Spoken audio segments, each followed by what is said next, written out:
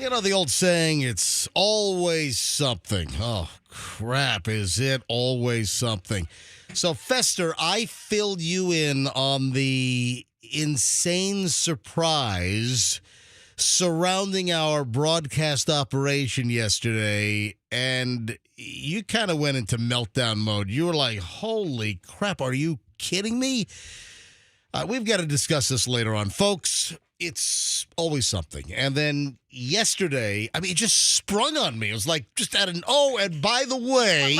Like it's no big deal. All right. Anyway, asked Michelle. Michelle, did I not go into full overdrive, meltdown, try to fix it, repair this situation mode yesterday?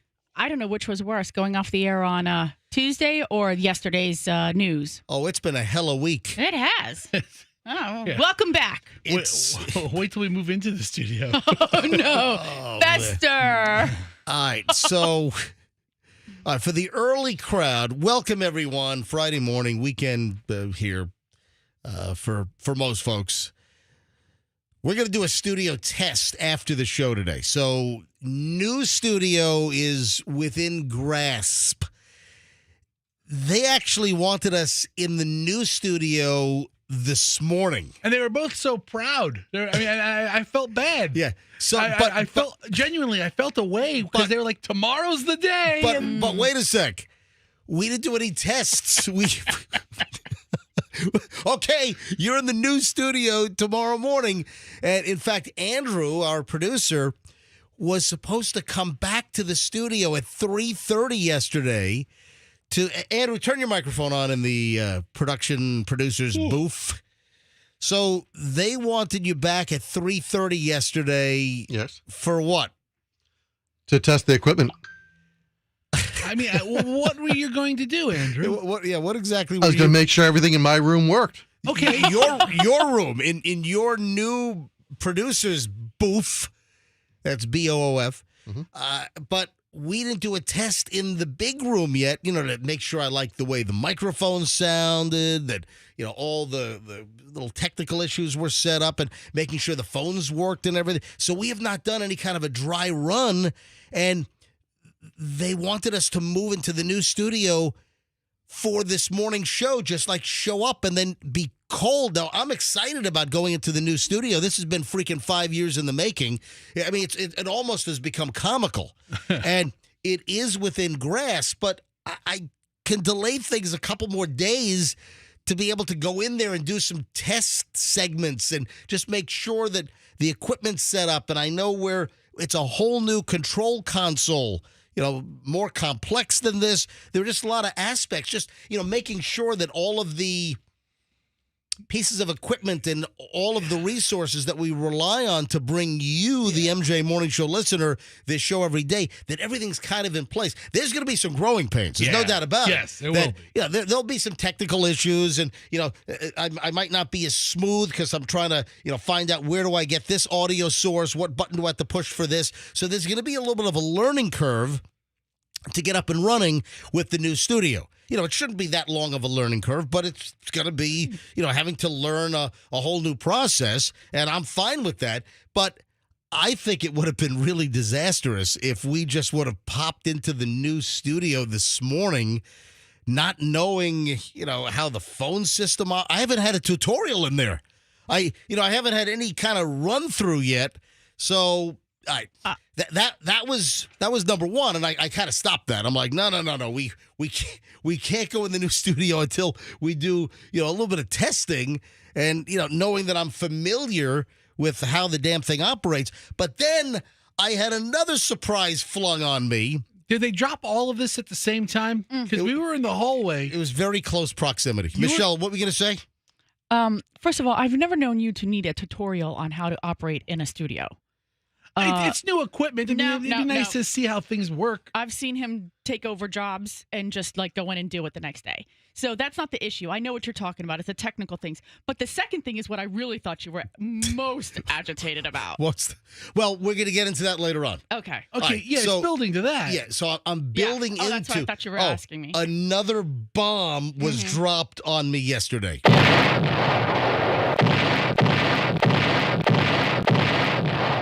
was like I was Private Ryan getting off the amphibious craft onto the beach. It was like I'm dodging landmines all over the place yesterday. But we had a doozy. Oh, by the way, and there was a doozy. So on top of, you're in the new studio tomorrow, and I'm like, no, I can't do that yet. I got to at least get some hands on and get a feel for the new operation.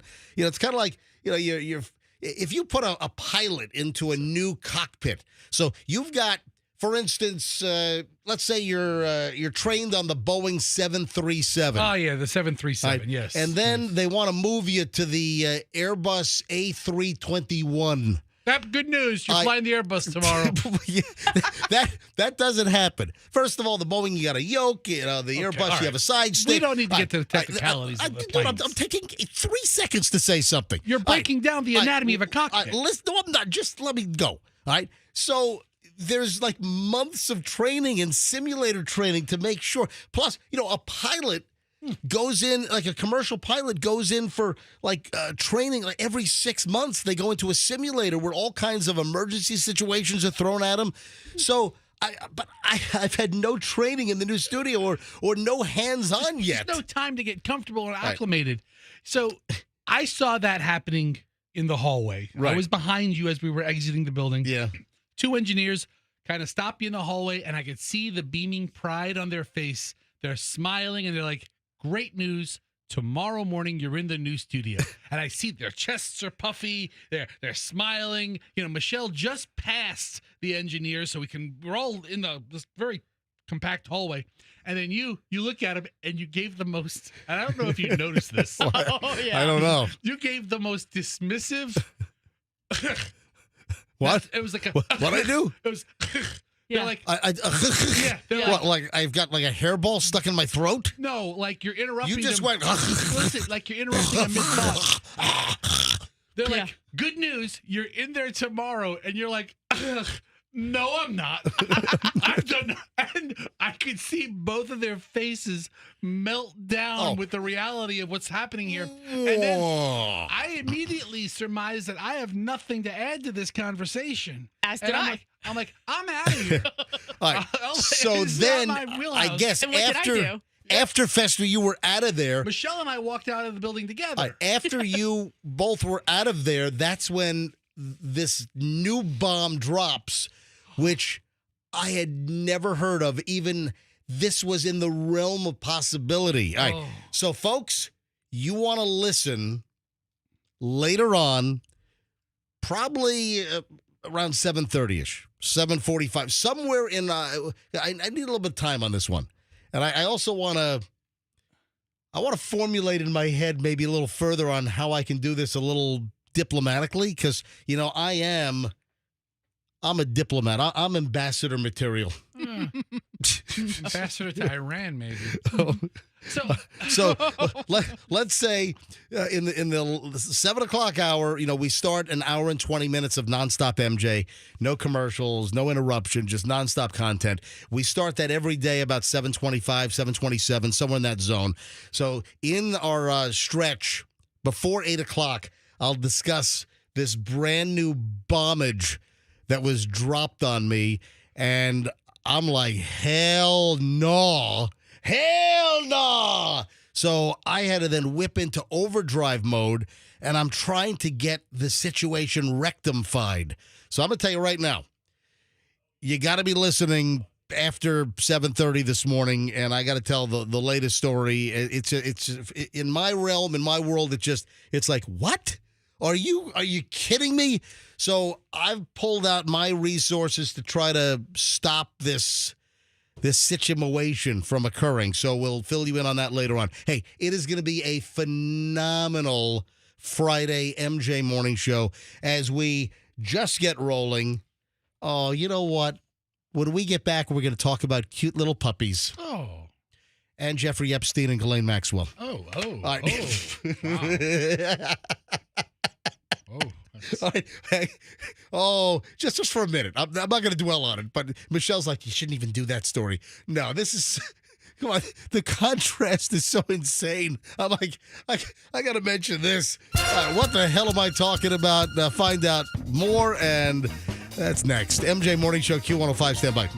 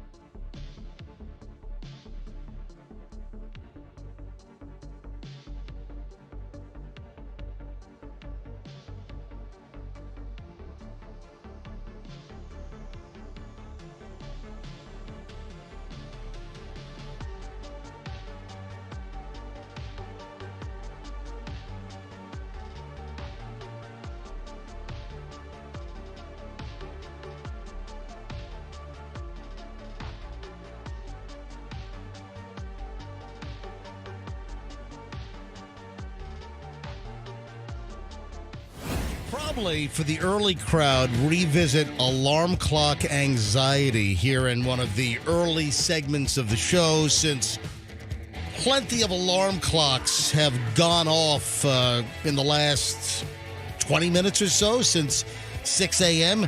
6:19 now. MJ, Fester, Michelle, special guest in studio this morning.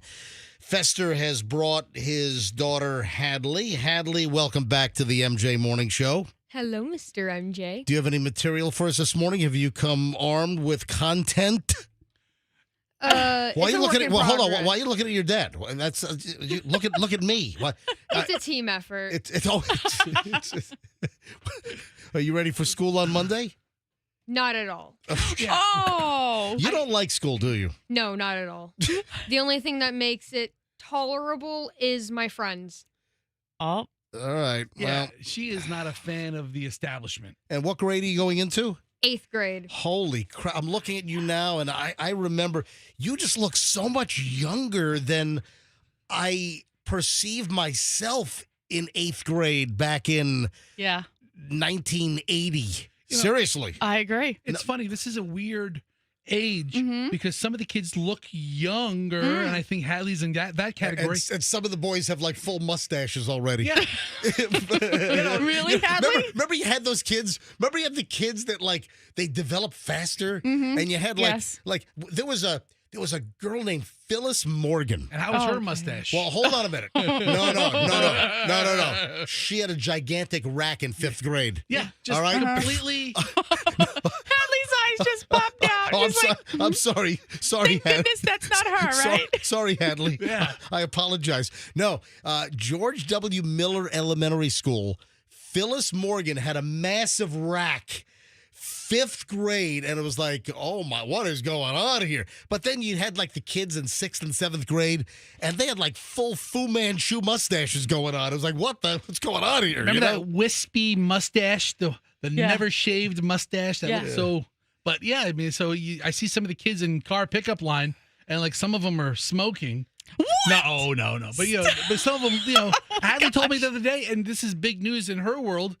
One of the kids in my grade will be driving by the end of the year. Stop because it. they He get got a learner's. held back a year. Yeah. They got held He's back. turning 15 this year, Uh-huh. so he's going to be driving. He's got a learner's permit coming up. Yeah, look at that. Yeah, she's realizing the age evolution. Yeah. What happens? Back to school on Monday for all the school systems. So Hillsborough, Pinellas, Pasco, Polk, Sarasota, Manatee, Hernando, Citrus, Sumter, Hardee, all the counties go back to school on Monday, which is the 11th. Hadley, do you have all your supplies? Oh, No. wait, hang on a sec. Oh, up. Sumter is Wednesday the 13th. I apologize. Oh, and Hardee is the 12th. Apologies. So Monday, the 11th, Hillsborough, Pinellas, Pasco, Polk, Sarasota, Manatee, Hernando, Citrus, and then Sumter and Hardee. Oh, you guys have to be different. Yes. Sumter's Wednesday the 13th, and Hardee County is Tuesday the 12th. Well, everybody knows that Sumter County has the Webster Flea Market on Mondays. Oh, So- is that right? Is that what it is? It's worth a trip. Wait, so Hadley, do you have all your supplies? I don't have any of my supplies. We're getting it today or tomorrow. You know or where you the can get a next good day. backpack? Red, white, and blue. Ooh. Oh, just go to the thrift store, Our get a, favorite thrift store. and then maybe there's a bag of meth left in there. Gosh, I hope not. Could sell it. Make some good profit. Don't say that. What is wrong with? No, you turn it into authorities. You don't sell it. Or I can make some profit. Oh my God! I love it, Hadley. Glad to see that Daddy is rubbed off on you. Listen, you're the one that brought the idea of meth up to the party. All right, moving along.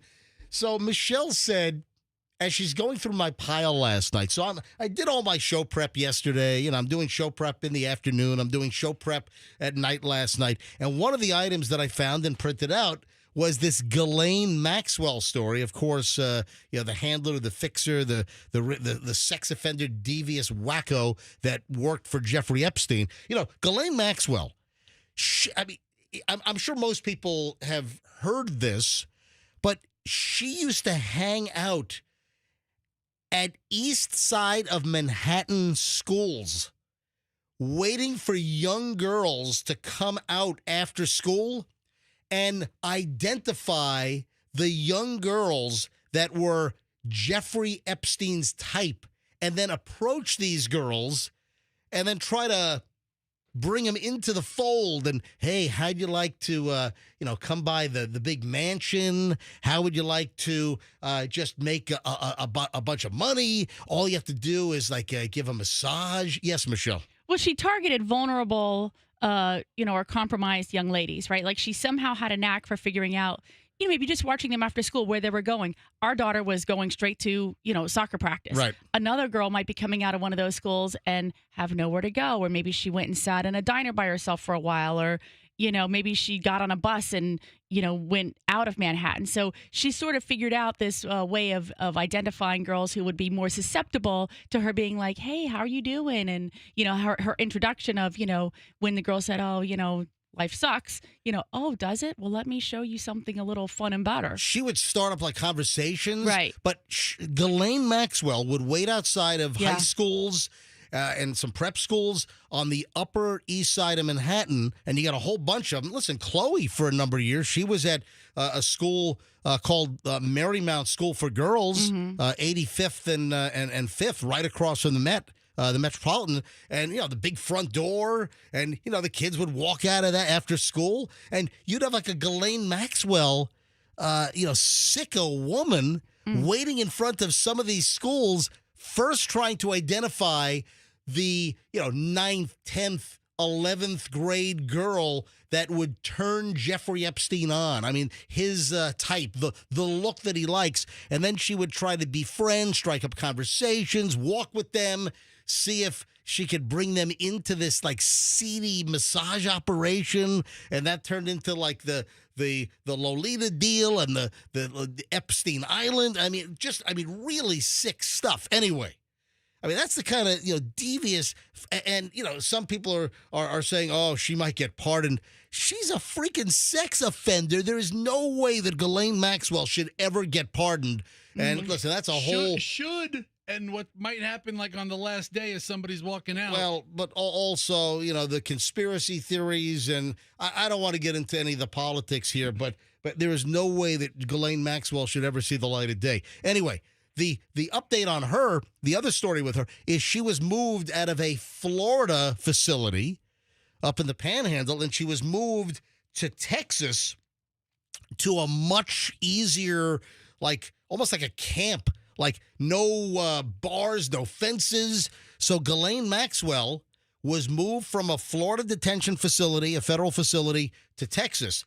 And folks, there is breaking news on the Ghislaine Maxwell front. If you haven't heard this yet, folks, this is an MJ News alert. Ghislaine Maxwell in the new Texas facility will not be allowed to participate in the service puppy training program. So at least they have the sense to keep her away from young dogs as well. Who is this coming from? This is the biggest piece of manufactured news. She's not coming out with this, is she? No. I mean, Here's the story. Convicted sex trafficker Ghislaine Maxwell will be barred from training service dogs at this, like, they're calling it a lush, club-fed Texas prison camp where she was transferred last week from here in Florida. Yeah, it's one of these so-called club feds. Yeah. They offer several amenities and rehabilitation programs, including service dog training courses, but because of her history of sexual abuse toward minors, they're not letting her get anywhere near the young puppies as well. Way to take a stand, dog people. Okay, great. If she was Mike Vick, I'd understand.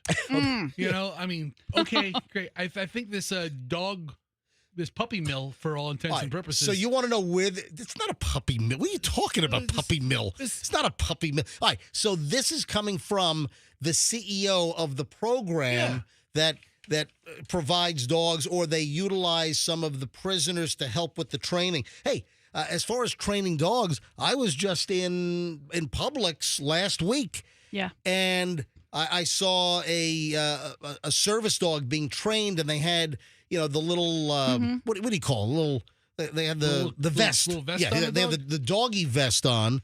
And it was Southeastern Guide Dogs, but it had the new name. Yeah, they have a new name. What's the new name for Southeastern Guide Dogs? We've known many people over the years that have, been in their program helping to train these dogs for blind people, and taking the dogs home and acclimating the dogs to all these external effects and different environments. And I was in Publix just last week, and dog was walking through Publix. It had the vest on.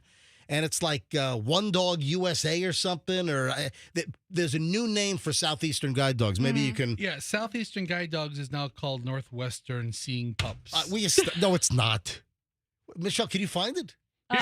Is it just Dogs Inc. now? Oh yeah, it is. It's Is that what it is? It's Dogs Incorporated or something. Yeah.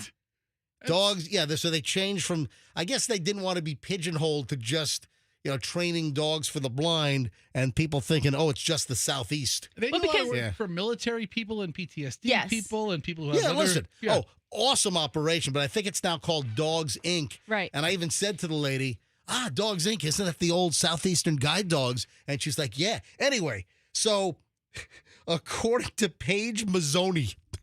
Okay. Paige Mazzoni is the CEO of Canine Companions. They run the prison puppy training program, and she said, quote, "We do not allow anyone whose crime involves abuse toward minors or animals, including any crime of a sexual nature, to get near our puppies to be trained." Great. So, hold. Ghislaine's what is your confession? Why are you being such a stick in the mud? Why are you being ridiculous on this? Because I think the whole thing's ridiculous. What's ridiculous? First of all, if you're going to have a rehab program in prison involving canines. Okay, she didn't kill a bunch of dogs. She wasn't in a dog fighting ring. She didn't shave their teeth down. And who the hell really asked the CEO of this puppy program? NBC News. Yeah. That's where the story came from. That's where it came from, but did they ask? Or is she just coming out with this information just to get more attention for her It was organization? NBC News. They had the breaking news on Ghislaine Maxwell not being allowed near the puppy training. They reported it because this CEO said it, but who cares what the CEO of this dog Our top has? story tonight, Ghislaine Maxwell can't get near a little lab.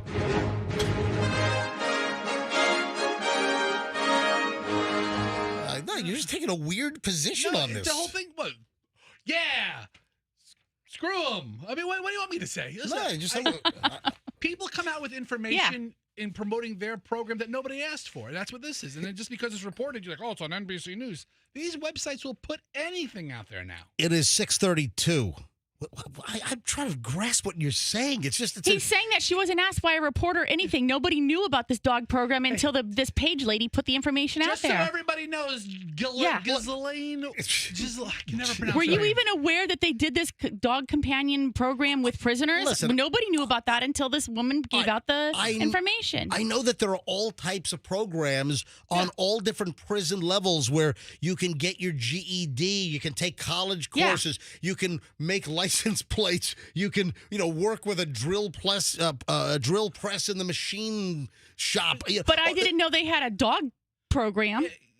Well, I don't think that's standard in all prisons. I'm just saying this or any prison. So listen, with the interest in and the sudden surprise of Ghislaine Maxwell was moved out of Florida into Texas, then obviously news operations and reporters are stumbling across information about this new facility and some of the programs that are offered, and somehow this was released by this organization, just so everybody knows, Ghislaine.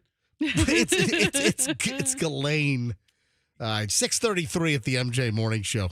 We didn't have time to talk about the alarm clock anxiety. I tell you what, you know what? I don't want to get too far away from the beginning of the show and many alarm clocks going off at 6 and 6:30. So we'll do Morons in the News next, and I've got a really good pile. Excellent Morons in the News next. But also, if you didn't hear the discussion on alarm clock anxiety yesterday, you got to hear this. And it's next on the MJ Morning Show on Q105, 104.7 FM. What is your plan if your air conditioning craps out? And we've got some hot days here, folks. We are in the summer doldrums, the heat domes that we've had over the summertime. We had, a week or so ago, Tampa hitting 100 degrees officially for the first time ever. And this is the worst time for your air conditioning to break. If it does, and I'm going to tell you right now, it's going to break. It might not be this summer. It might not be this month, but at some point, your air conditioning is going to break. And I'm going to arm you with the information you need to get it fixed at a great price by a great company, and that's Plan B Air Conditioning. When your air conditioning goes out, get a hold of Plan B AC, planbairconditioning.com. You call them up, you tell them you heard about Plan B Air Conditioning on the MJ Morning Show, and they'll give you 10% off. Just say, hey, I'm an MJ listener. Can I get my 10% discount? Sales service, if you need a new air conditioning unit. I just had a brand new Daikin put into my house. In one of my zones went out, and Plan B put in a Daikin unit, and it is absolutely fantastic, doing a fantastic job. Folks, planbairconditioning.com. It's 813-PLAN-BAC. Tell them that MJ sent you for any air conditioning woes. What about your windows? What about your doors? If you are in window and door replacement territory, call WeatherTight Mike. No one does a window and door restoration project like WeatherTight Mike. People love WeatherTight Mike. You've seen him on the TV commercials. You've heard him here on the radio. Don't forget the cookies. Why WeatherTight Mike? First of all, PGT custom windows and doors. That's all they use. They're made right here just south of the Tampa Bay area in North Venice. Just an amazing product, engineered for the Florida climate. So you end up with a great window and door product. That's PGT. But then it's installation. you have to have exemplary top shelf installation with a good window and door, and that's the total package. That's what you get from WeatherTight Windows. WeatherTightWindows.com. Right now, a $200 rebate per door, $100 rebate per window. WeatherTightWindows.com, and tell them that MJ sent you. Traffic's on, morons in the news, and alarm clock anxiety. Next. Just a couple of small things on I-4 westbound. We're starting to see a little volume build up.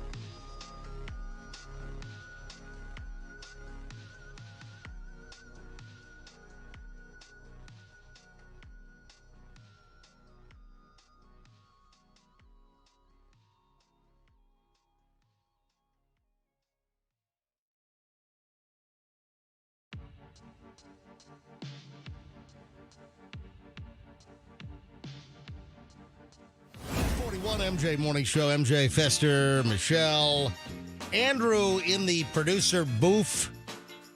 The shocking bomb that was dropped on us yesterday.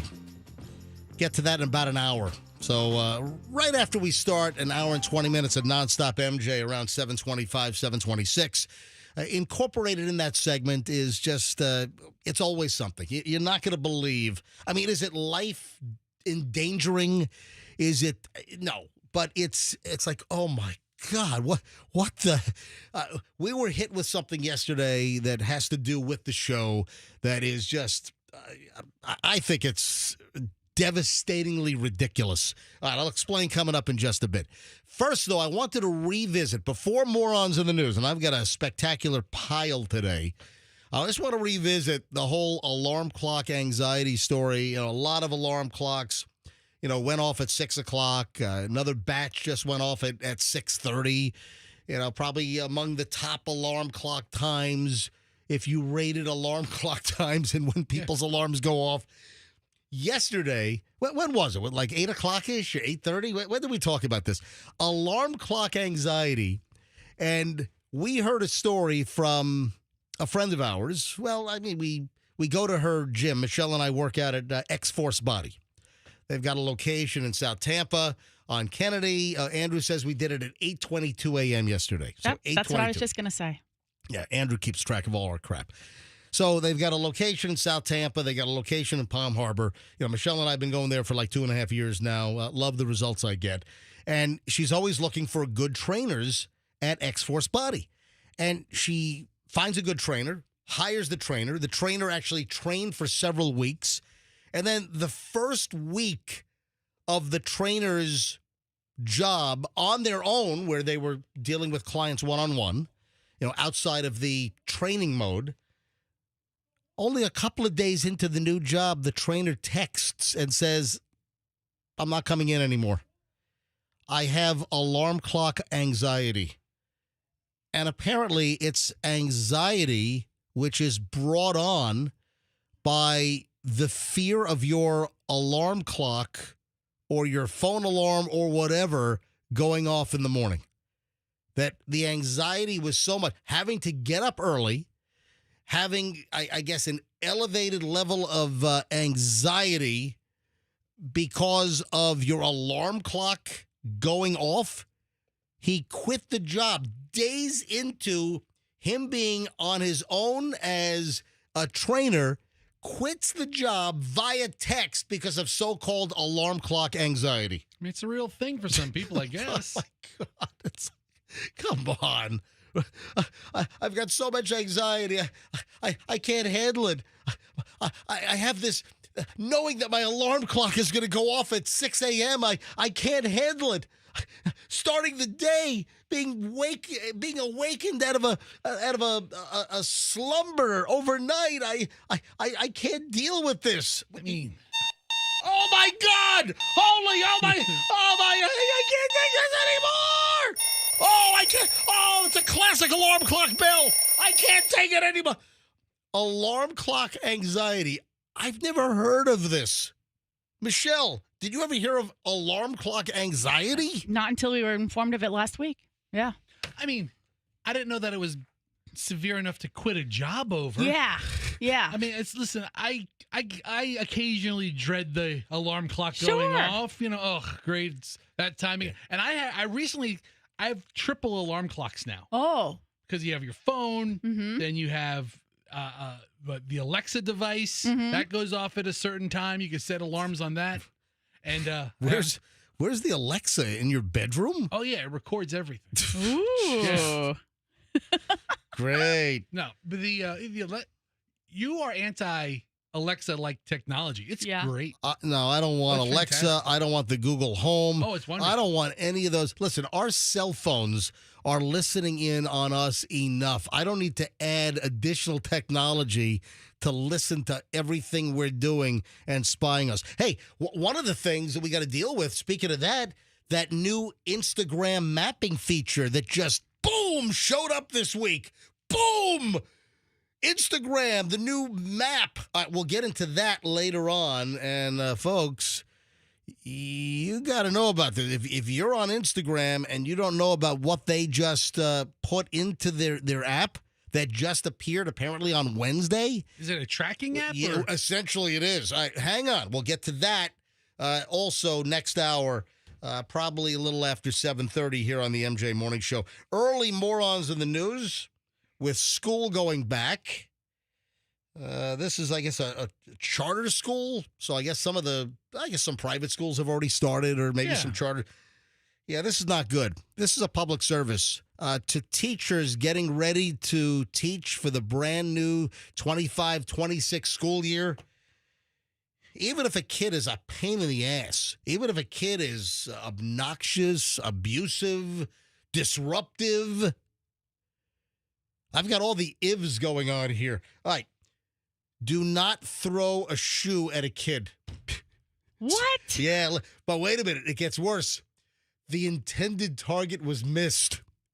Oh. Yeah. Oh, no. A Homestead, this is down in South Florida. A Homestead charter school teacher is facing a charge of child abuse after cops said she threw a shoe and it hit one of her students in the forehead. But it was the wrong student. Yeah, it happened earlier this year, but now I guess the charges have finally been the charges have finally been filed. Sandra Marta Colombo, 61, was teaching at the charter school of Waterstone, according to NBC down in South Florida. Witnesses in the classroom told investigators Colombo threw a sandal at a student who was misbehaving, but missed and smacked another kid in the head. If you're going to throw a shoe, you got to be pretty confident of your accuracy skills, wouldn't you think?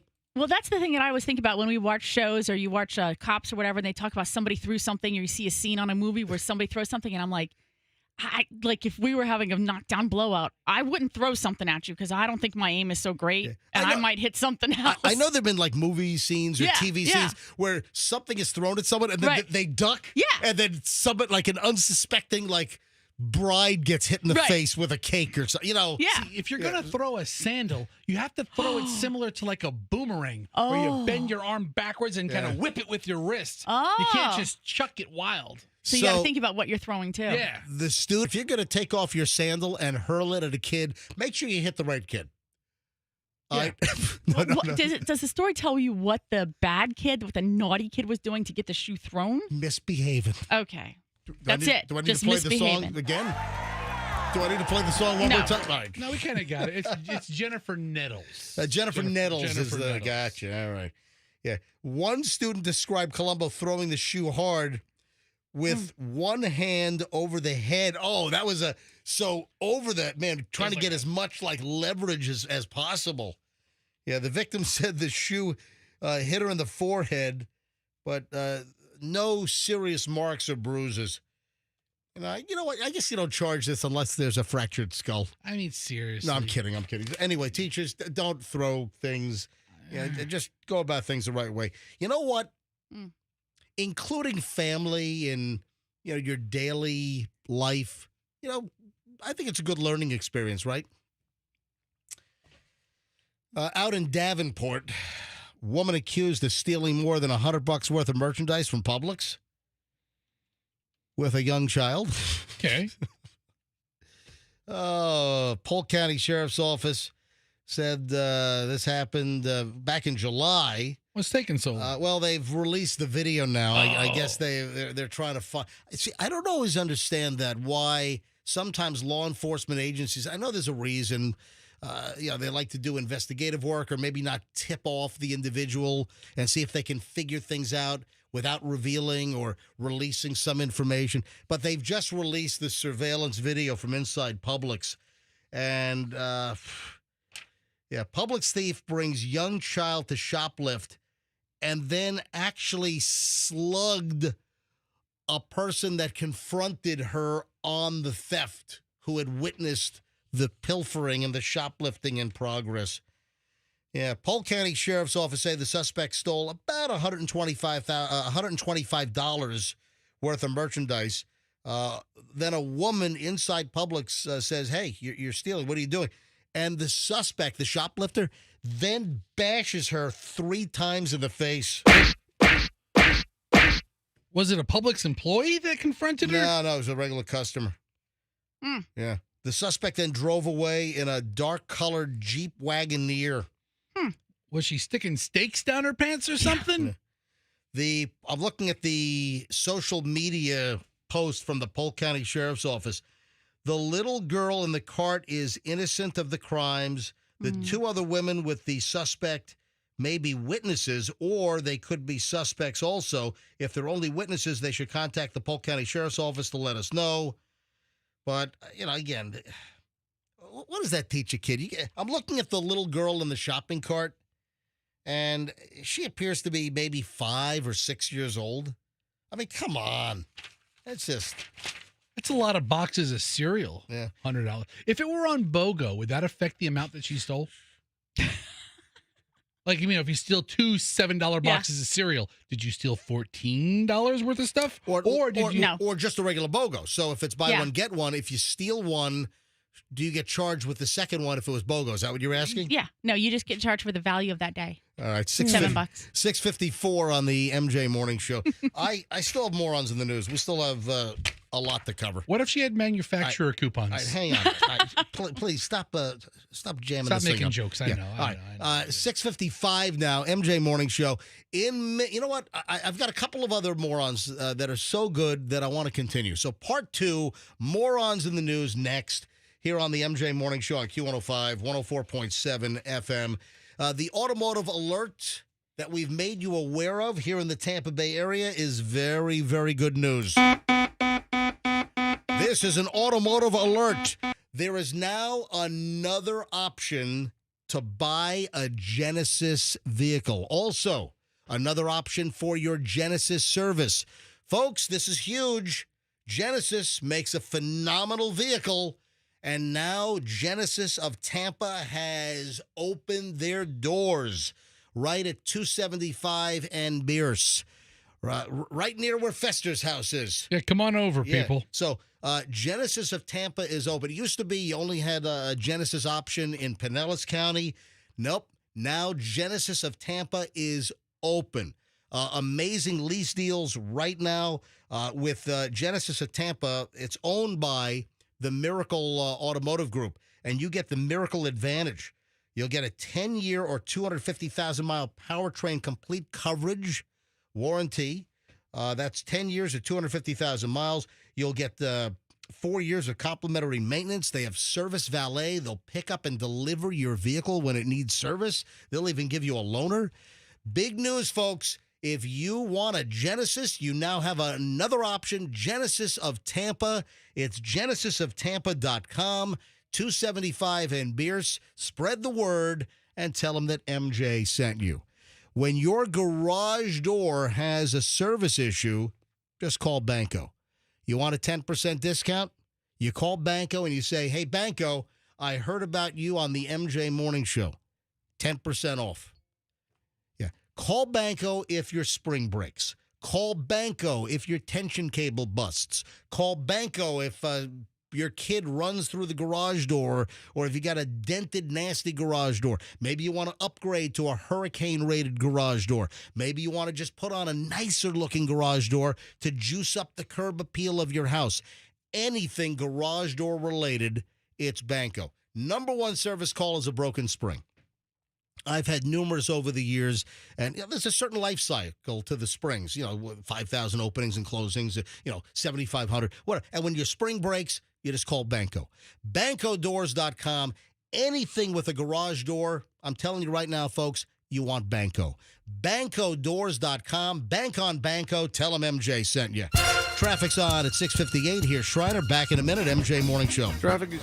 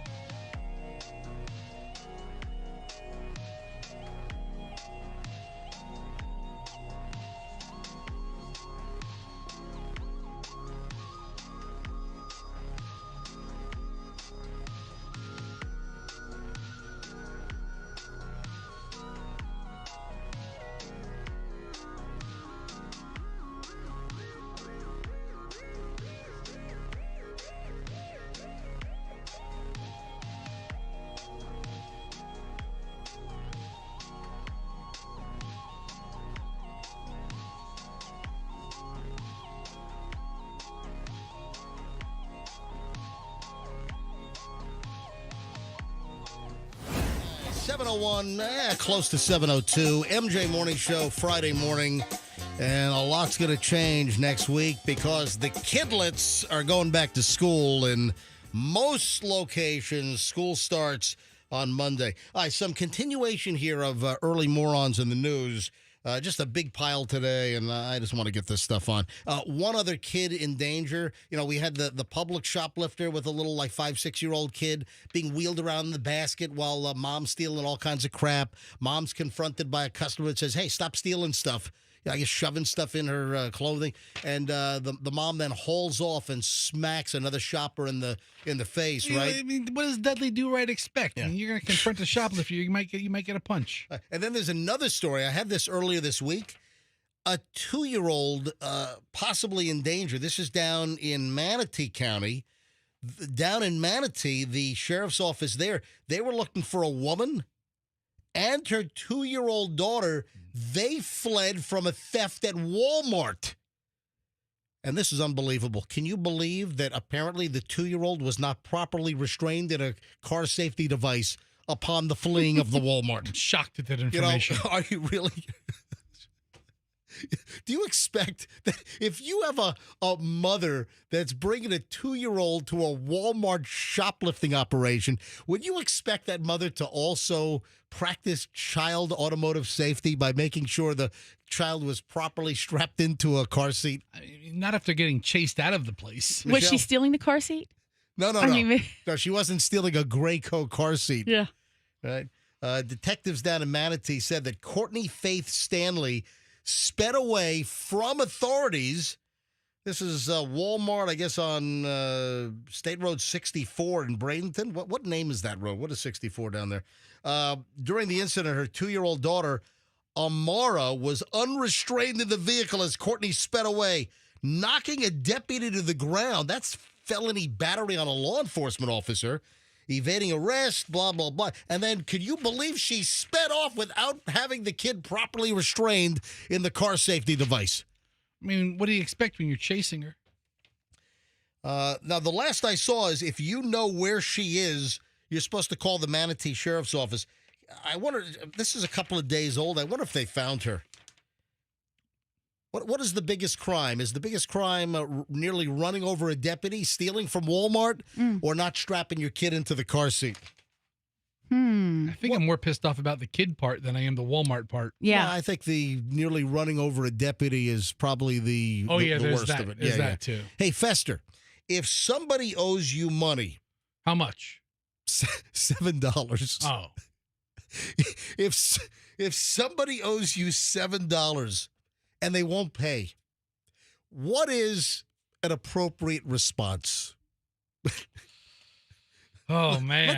Let's try to gauge this. What's the terminology for that, Michelle? An appropriate response, proper response. You know, let's see if we I can. mean, who's the person? I Oh, mean, Is it a family member or a it's one thing, friend? you know, I mean, it's one thing.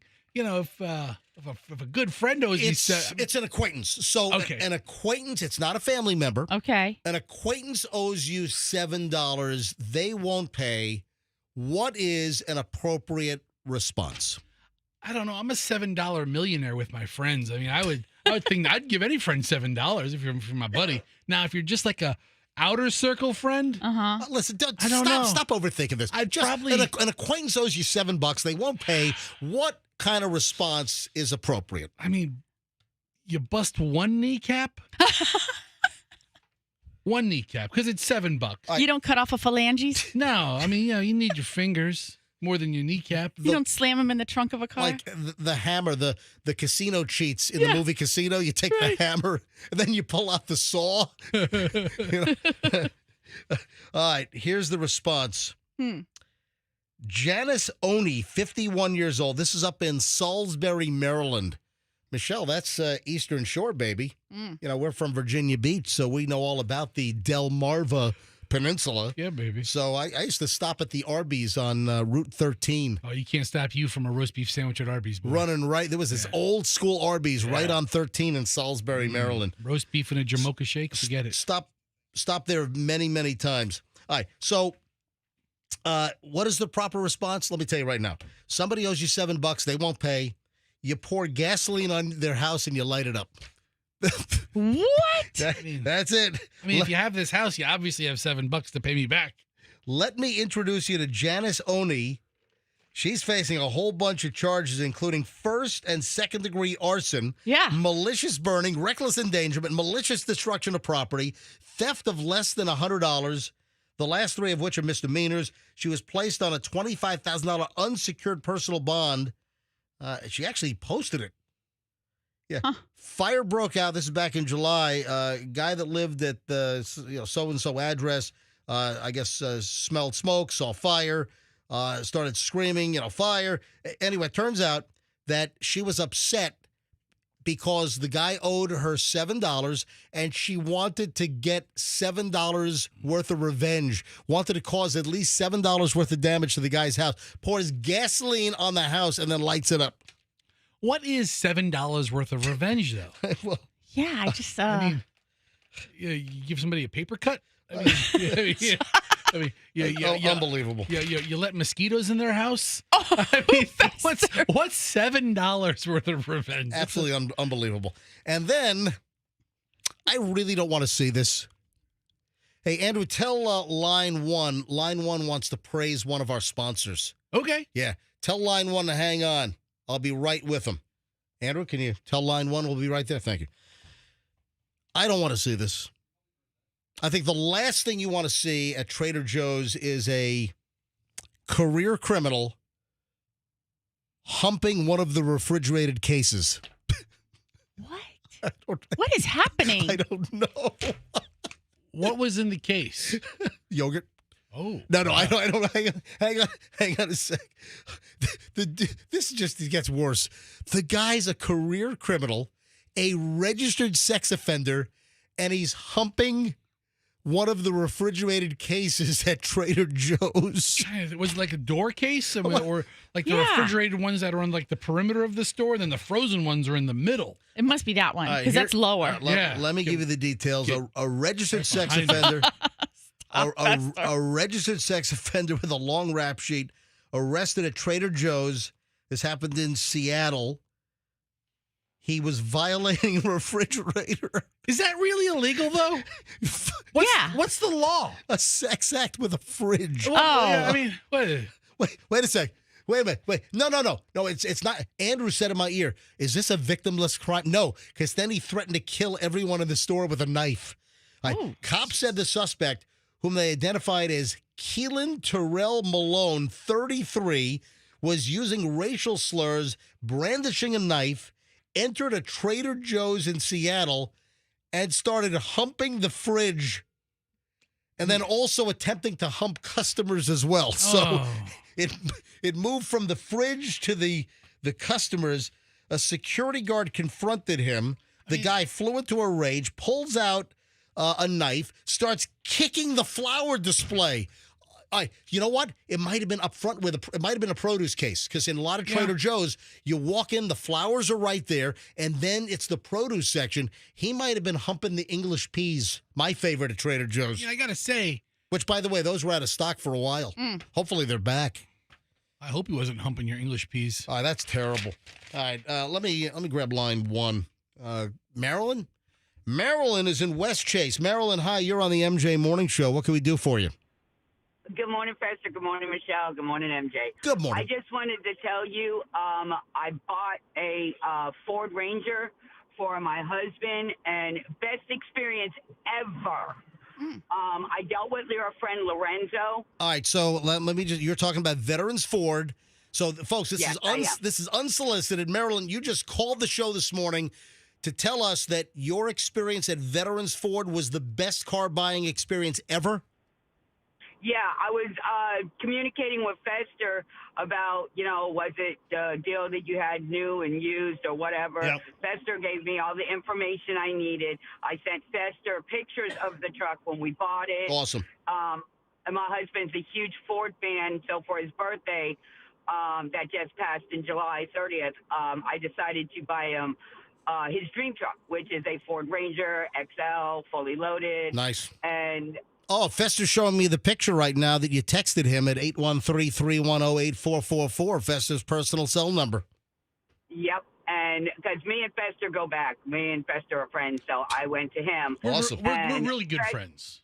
Is this Marilyn from Burger King? This is the Maryland It who is is. the Burger King. Oh, it's Burger King Maryland, a Burger King general manager. Yeah. When I saw you at Galaxy Fireworks with your son and wife. Oh, that's right. Absolutely. Well, that was Chloe. Michelle didn't go to Sorry. Galaxy. It was Sorry.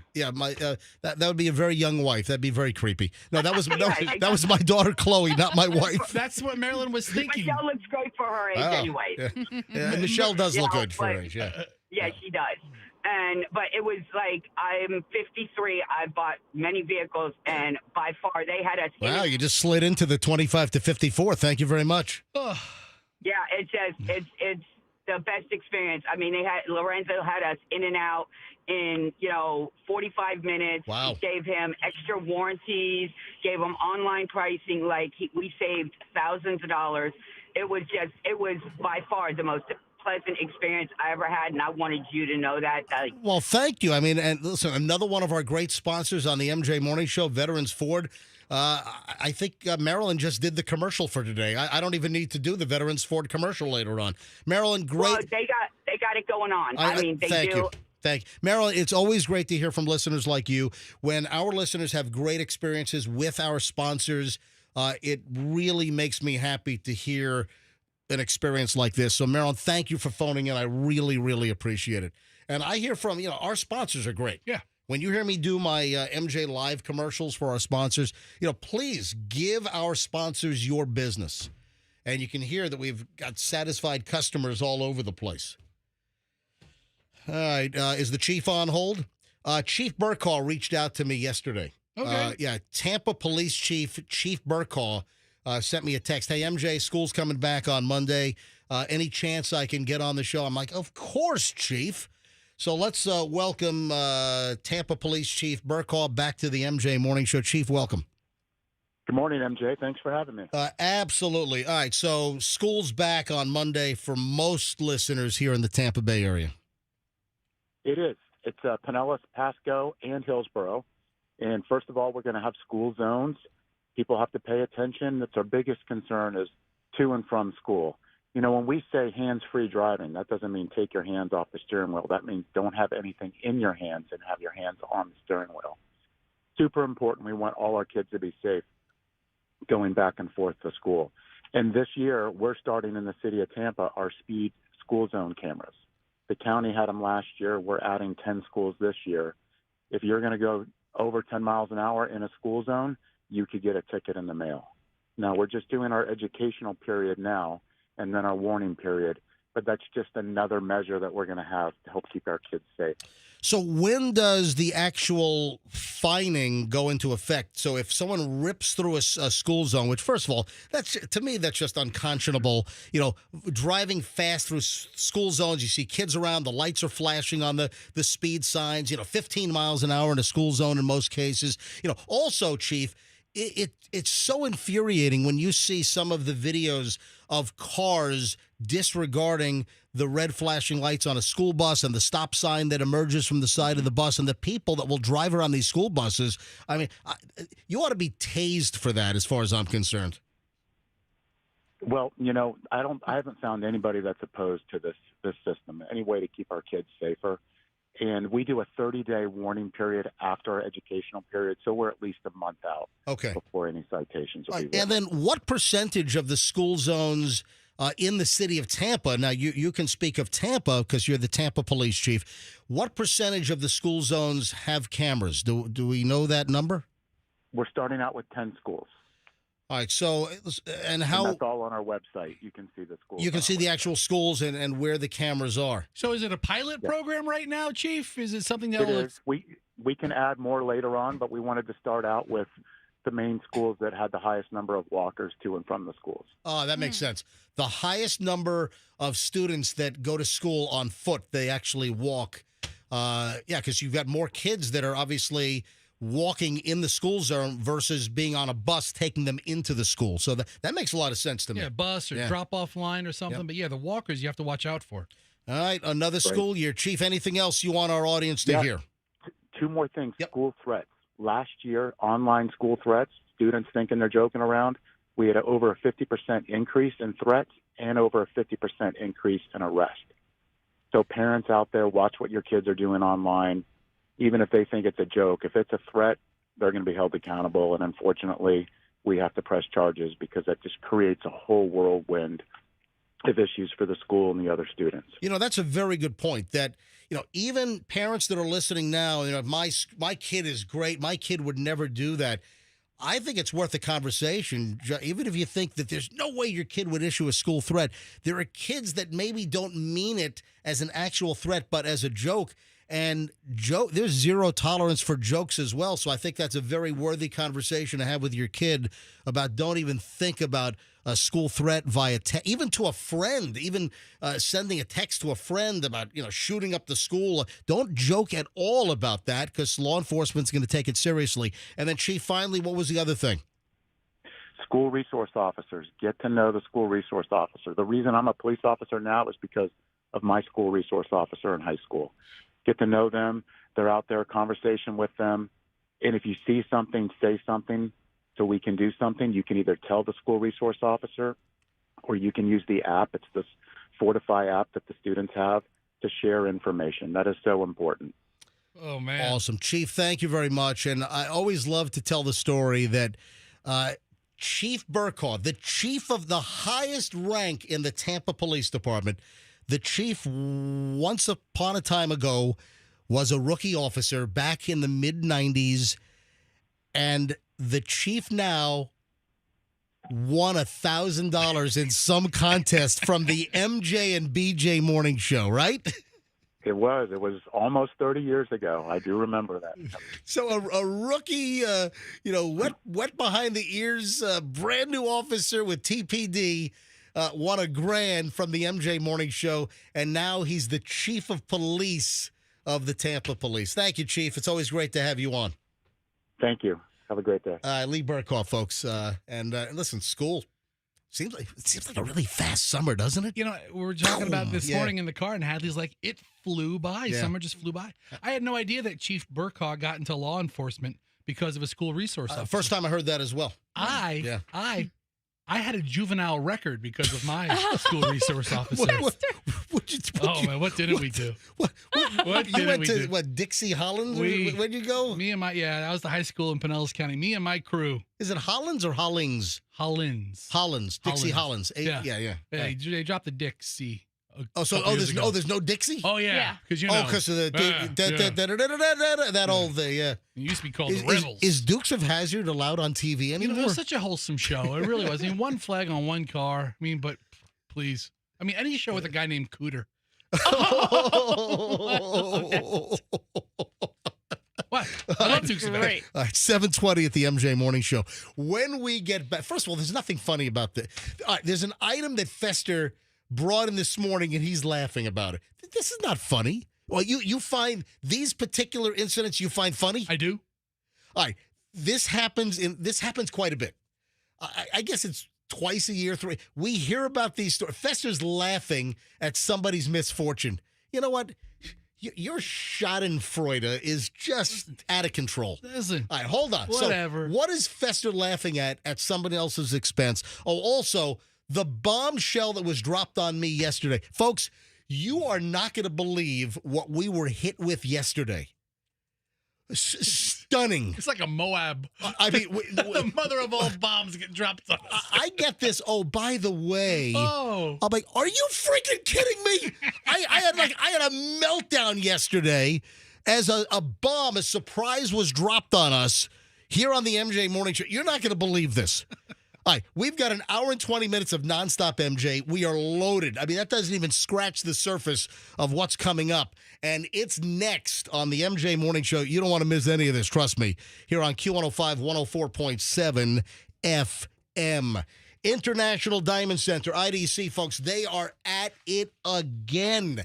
Man, when do they stop? They don't. That's why IDC is so incredible. Right now, during the month of August, they're giving away free trips for the entire month. This is amazing. How do you get a free trip?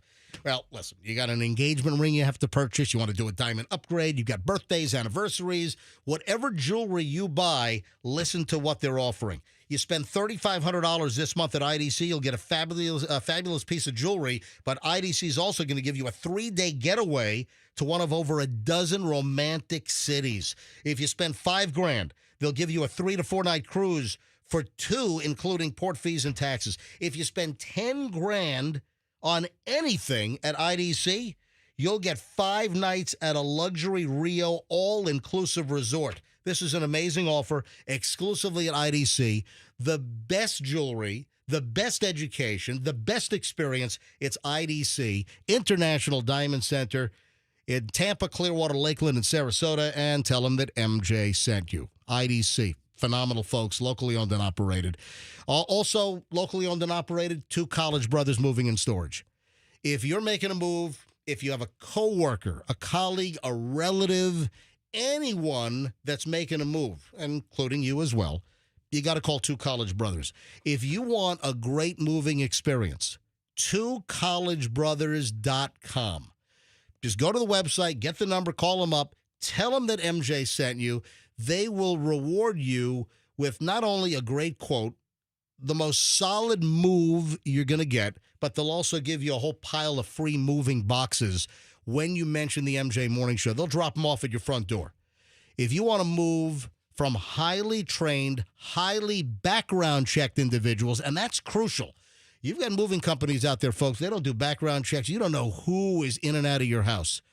Touching all your belongings, going through your stuff. You have no idea.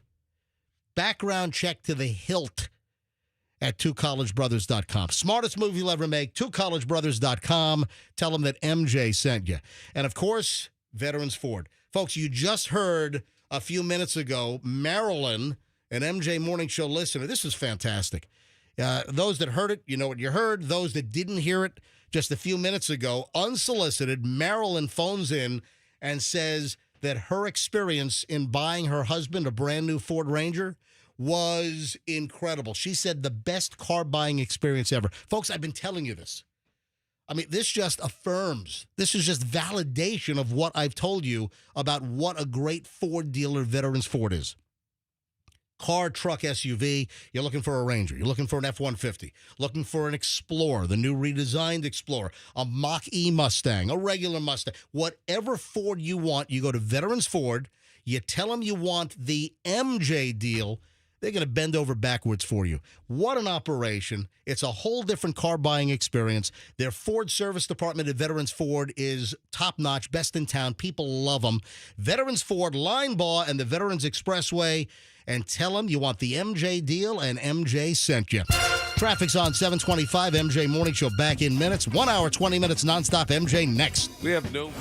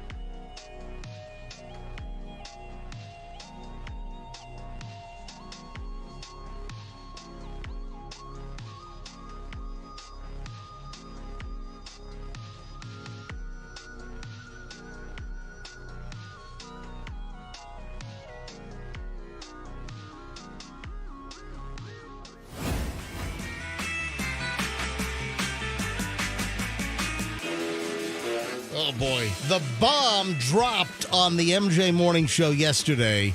After the show yesterday, you're not going to believe what I was made aware of. I'm like, you've got to be freaking kidding me. All right, that's coming up in just a short amount of time. As you know, every day around this time, we start an hour and 20 minutes of nonstop music. Nonstop MJ. Did I just say? Yes, you did. Stop music. Did I just say we start an hour and 20 minutes of nonstop music? No. Unless we're going to be humming, there's no music. The ratings go higher with no music. The ratings are the highest with all content, no music. What the hell am I saying? All right. Fester. Yes. You're a sicko, man. What else is new? Fester rolls in this morning and he holds up this story. He's like, oh, I love these stories. Fester finds it humorous, and this is, obviously water sports and fishing and boating, very big in Florida. What is your problem? You find it humorous? This is entertaining to you when people lose control of their vehicle at a boat ramp and the car flies into the water and floats like a boat for a few minutes before it sinks? Every time. Every time. Yeah. Fester brings me the latest story. Oh, man, did you see it happen in Venice? This is like sport for Fester. It's fantastic. And then you see like the aerial footage and you can make like the outline of the car under the water sometimes. Glug, glug, glug, glug, glug. Hysterical. Right, when did this become a sport for you? When did you realize that you really enjoyed boaters that are trying to drop their boat off the boat ramp at like a municipal boat ramp? When did you find that this really made you happy, entertained you, that you love these stories? This is, by the way, this is not natural. No, it is. To revel in someone else's misery. They've got a pickup truck, they're towing a boat on a trailer, they're dropping the boat off of a ramp, and then the vehicle slips down the ramp and ends up completely floating, submerged. When did you first realize that this was very entertaining to you? This ought to tell you all you need to know about Fester. I got to say, since you're doing a deep dive into when I found this entertaining, this was one of the things. A deep dive to recover the vehicle. This was one of the best things that I got from the pandemic. What? What? During COVID, when we were home watching a bunch of things we didn't watch, I really got into a cycle of, have you ever watched fail army videos on YouTube? No. Oh, my God. We'll instead of network television, we'll watch an evening of fail army videos. Just like people with very unfortunate incidents? One after another. And then people okay, other than people losing their vehicle down a boat ramp, what other unfortunate mishaps does your family have extreme schadenfreude for? Everything from parakeets hitting glass windows. What is wrong with you? To fireworks accidents. That's terrible. Oh, yeah. Oh, wait. Oh, so you and your family with your young kids like watching people blow off digits with fireworks accidents? I challenge you. No. I challenge you tonight when you have, you're all two. Both of your kids are still home, right? They're home for the summer still? Yeah. Tonight, put on Fail Army compilation videos. Jeez. And it's amazing. That's the best. And part of it is people and then the best part about the trailers is I like the long form videos. I didn't see the whole long form video on this. I just saw the aftermath. But like the guy's like, whoa. And then another guy's always like, hey, you're in too deep. And the guy's like, no. So the latest happened at a boat ramp in Venice. And I guess they closed the boat ramp. Of course, there's a car stuck in the water. the Venice Police Department said a pickup truck was, I guess, loading a flats boat onto a trailer. This happened Wednesday, and accidentally shifted the truck into reverse. Sometimes you have an operator error where you put your vehicle in reverse and you go too far down the ramp. Also, I know there have been cases where you've got like slime buildup, like algae. They're too slick on some of these ramps, and they lose traction, and the vehicle just floats on back. Hadley, Fester's daughter, who's Hadley. Are you 13 yet, or are you 12 still? I am 13 and I'm turning 14 this year. Oh my! That's in October, right? Yes. So you're 13, turning 14. Are you okay in your? All right, do me a favor. Blink twice if you're not okay in your house. Oh, she just blinked twice. She just. I mean, I'm okay to some extent. Yeah. But, Hadley, how much do we love fail army videos?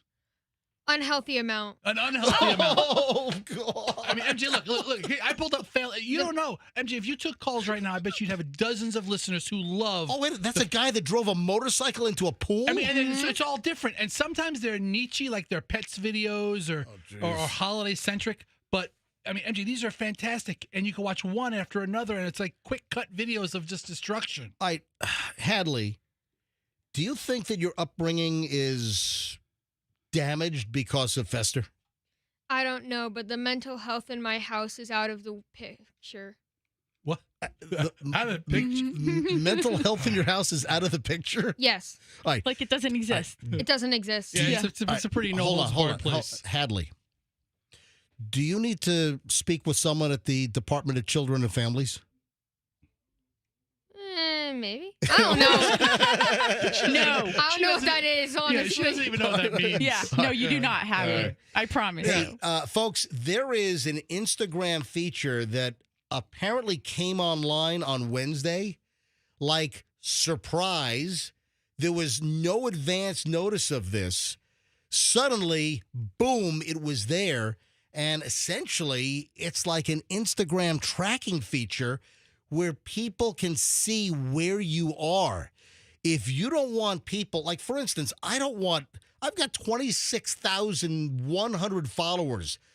I don't want people to know where I am, like the location of my phone, where I am, my house, if I'm out to dinner somewhere. I don't want people to know. I mean, listen, even if I weren't a broadcaster, speaking to hundreds and hundreds of thousands of people every week. Yeah, why does anybody need to know where you're going to dinner? Exactly. Without sharing it yourself. Instagram started this feature, the Instagram map, and apparently this just popped up on your Instagram app on Wednesday of this week. And, I saw some misinformation out there. Or maybe this is just unique to me, but I saw some woman, and this popped up in my feed. Instagram has just launched a new feature. It's the map feature. Anyone can see where you are with your phone device, as it, hones in on GPS. And this woman on this Instagram video is like, you have to disable it. It's automatically on. So I'm like, oh, holy crap. So I immediately dive into this yesterday because I found out about this feature yesterday, that Instagram had launched this. And I checked. My Instagram map feature was not on as a default. My map was off. Was mine? Yes. So I checked Michelle's phone last night. I'm like, Michelle, give me your phone. She's like, why? What do you think I'm going to do? Something nefarious with your phone? Yes. No, I'm not. You're going to put a tracking device on her. I'm not. He already has that. I know. No. The whole family. We use Life 360. Yeah. No, the whole family. We watch and we know where each other right. The four of us. The four of us. Chloe and Julian, Michelle, and myself. But I don't need. I'm sorry to my 26,000 plus Instagram followers. I'm sorry. Please don't take this personally, but I don't need you to know where I am. Okay. So I checked my phone. I panicked. How do I check? And I'm going to tell you right now, folks. Hadley, do you have Instagram? No, she's too young for Instagram. No, she doesn't have any of the socials. Yeah, that's good. Good. All right, so hold on. Maybe I can back off the Department of Children and Families for a few minutes. Yeah. One good thing's coming out of Fester's house. All right, I'm kidding. Fester and Allison are great parents. Yeah. All right. So this new feature, what is Instagram Map? The new Instagram feature shows users' current locations, and a lot of people are like worrying, and this is a security problem. What if you have a stalker? So Meta announced the rollout of new features on Instagram on Wednesday, on August 6th, including a map to show where U.S. users are active while using the app. Users have the option to turn off location sharing at any time, according to Meta. in a release. Now, in my case, the default function had my map off, and I'm glad. Michelle, same with you, but other people apparently are saying that their map function was on. All right, I'm going to tell you where to find this, because this is really important if you're on Instagram. Oh, also, did you know about this in the last day or so? Did you check your Instagram, and did you find that your map feature... Hey, Meredith, come here. Meredith. Hey, Mayor. Meredith, did you know about this Instagram map feature that just kicked on Wednesday? Do you know about this? Yeah, that's a psychopath kind of All thing right, that happened. did you check yours? Of course. Is yours off? Yes, because I've had to have restraining orders before and all that, and Oh. I just I started to freak out big time about it. This is not good. The person that made this obviously hasn't had to deal with a stalker before. Meredith obviously was on the MJ Morning Show some years ago. Yes, I and was. Meredith- For almost 6 years. Yeah. Glorious years. That's right. Glorious years. And then I round up. Meredith now does middays right after the MJ Morning Show here on Q105. For me, too. All right. Thank you, Meredith. No problem. All right, like my shirt. What does your shirt say? Move your hair. I love hot dads. That's right. Thank All you, right. Spencer's. All right. Spencer Gifts, baby. At malls with questionable merchandise since 1971. Oh, yeah. Or whatever it is. It's awesome. All right, so let me tell you how to deal with this Instagram issue. And I'd like to go to phones on this. All right, so I'm on my Instagram right now. All right, hold on. I'm going to tell you what to do. But I would love to hear from listeners right now. Did you find out about this and then you checked your Instagram app and then you found out that your location was on and anyone could see where you were at any given moment? Or are you just finding out about this now? Is it creeping you out? 800-990-1047. That's how you get in. Call us now. If you heard about this, if you found out that your phone was transmitting data via the Instagram app as to where your location is. If you just found out about this and yours was on and you turned it off, I'd love to hear from you or any aspect about this, any questions you might have. 800-990-1047. This is so new. I don't know how many calls we're going to get. Because I'm telling you, right now, there are people listening that this feature is probably on and you don't even know it yet. So how do you find this? Go to your Instagram app. Has to be the app, not the website? No, you go to your app. So All right. you do it on your phone. Go to your Instagram app. Instagram app. And do you know where to find like your messages and your direct messages? Is that little Yeah. lightning bolt in the corner? Yeah. So go to your Instagram. Not your main page, but the main page is going to have your profile pic. It's going to have your number of posts, how many followers you have, how many you're following, your little caption deal, your little, and then like the tiles, the grid of all of your posts. Go to the bottom of your app and then hit home. So from the main page on your app on Instagram, go to the bottom and hit the home, the little house. I hit home. Now look at the top and you'll see the heart. Those are your likes and little messages that people might have sent or comments that they made on posts. And then right next to that is the direct messages. Okay. All right. So go ahead and click on that and then look at the top and you'll see little circles with other followers. Right in the middle on mine right now is map. Do you see the map? Yes. I'm the map. I'm the map. I'm the map. I'm the map. I'm the map. Remember Dora the Explorer? Fester, Okay. do you see your map? No, I don't have a map. I have a picture of me, and then I have a picture of you, and then I have a picture of... Yes, maybe scroll over. See if the map's on there. I only get 4. I only have 4 icons on my... All right, so maybe yours didn't update yet. Now, Michelle has it. Yeah. So it's rolled out to a lot of Instagram users, but it might not have rolled out to everybody just yet. So apparently you don't have the update yet. Maybe, let me see if Instagram has an update that I don't have yet. I don't know. Check it. But you go ahead, Instagram. if you click on map, like right now, I just clicked on map and it said to use location features, allow access to location on your device, and then it'll say continue. If you push continue, then just hit don't allow. That's what I hit. Yeah, hit do not allow. So no location, do not allow. You can also go, and this is also important. Once you hit the map, look at the top right, and you'll see like a little cog, like the settings cog. click on the settings cog, and it'll say open settings. That'll bring up the app information, and you'll see permissions. Okay. Click on permissions as well to double check. And on Instagram, on my phone, camera, microphone, photos, and videos are allowed. Not allowed on Instagram for me. Calendar, call logs, contents or contacts, location, nearby devices, not allowed. So not allowed, that's confirmation that I do not allow location on my phone on my Instagram app. So, folks, go through. If you don't want people to be able to stalk you, know where you are, then make sure it is off. Now, they were off on my device and Michelle's device, but we're hearing from people that it was on, and they had to turn it off. Oh, wow. Yeah. That's scary. All right, 7:45 at the MJ Morning Show, and now the bomb that was dropped on us yesterday. Now, folks, there are a lot of problems in the world. Is this a major, major problem? You know, in the scheme of things, well, maybe.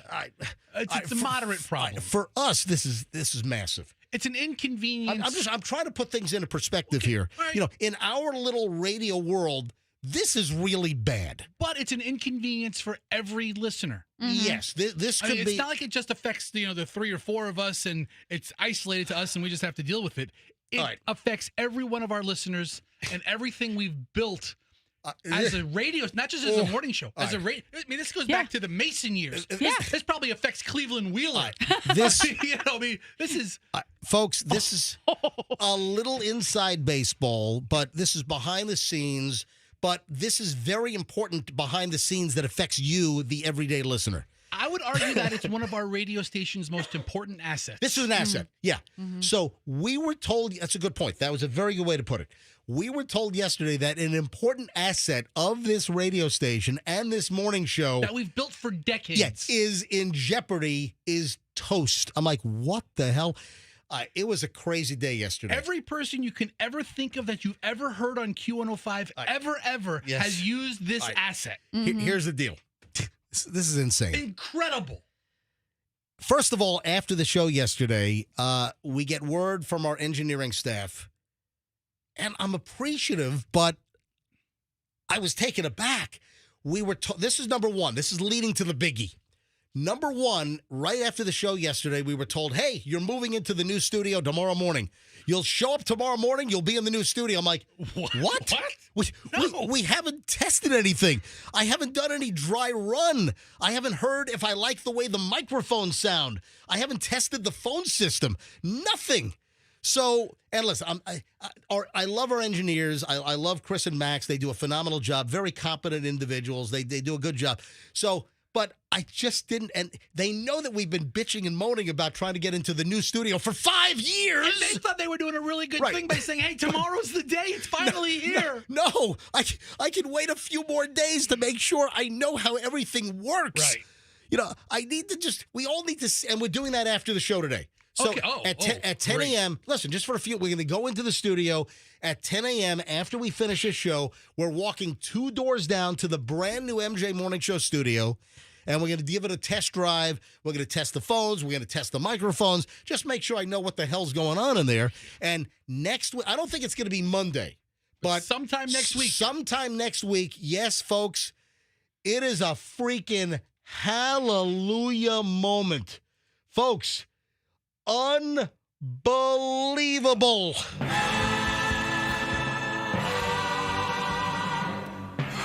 We will be moving into the new MJ Morning Show studio.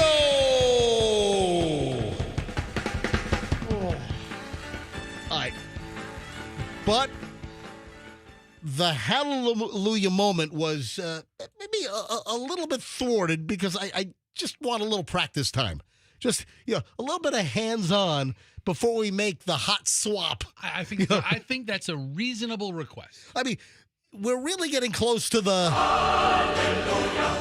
finally, the MJ Morning Show brand new studio. Hallelujah. We've waited 5 years. I can wait a couple of 2-3 more days just to make sure I know how everything works. Right. Okay. But now, folks, here comes the bombshell. So after I'm told that we're moving into the new studio tomorrow morning, I'm like, no, we're not. It's not tomorrow. Then I'm told, oh, by the way. Who said it to you? Which one broke it to you? I can't remember. I can do an incredible Max impression. I'm in total shock. I was totally stunned. If it's Max, I know exactly how he said it. I can't remember who said it to me. I think I might have passed out for a couple of seconds. I might have fainted. It's like you're in an alternate reality. Listen to this. Listen to this, folks. I was told by the way, you're going to have a new phone number for the show. I'm like, what? What? Wait, oh, yeah. You can't have 800-990-1047 anymore. I'm like, what? Oh, yeah. Me? Your new number is 844-411. I'm like, what? Wait, let me write that down again. What? It's the most. I'm like, what? What do you? This radio station has had 800-990-1047 for like 30 years. Are you kidding me? Just the muscle memory, the people that know our phone number. I mean, it is like involuntary for people. I've said the number so many times. We rely on our phones for so much on this morning show, and then to be told, oh, by the way, your heritage phone number. Get rid of it. Which everyone knows, it's gone. All right. Now, it's not the engineer's fault. It's not Max's fault. It's not Chris's fault. Immediately, I have to go into crisis mode. I've got to go into self-preservation mode. I go into like emergency operations center mode. I'm like, I've got to save the phone number. So let me just take a second to spell out what is going on right now, because I do not want to lose 800-990-1047. I don't want to lose that number. Every person I've met since the show has come back, I say program it into your phone. Also, 800, that's the original. That's the 800. I hate 844-855. Okay, I can tolerate like 888. That's the best of the worst. Right, so 800's the best, then 888.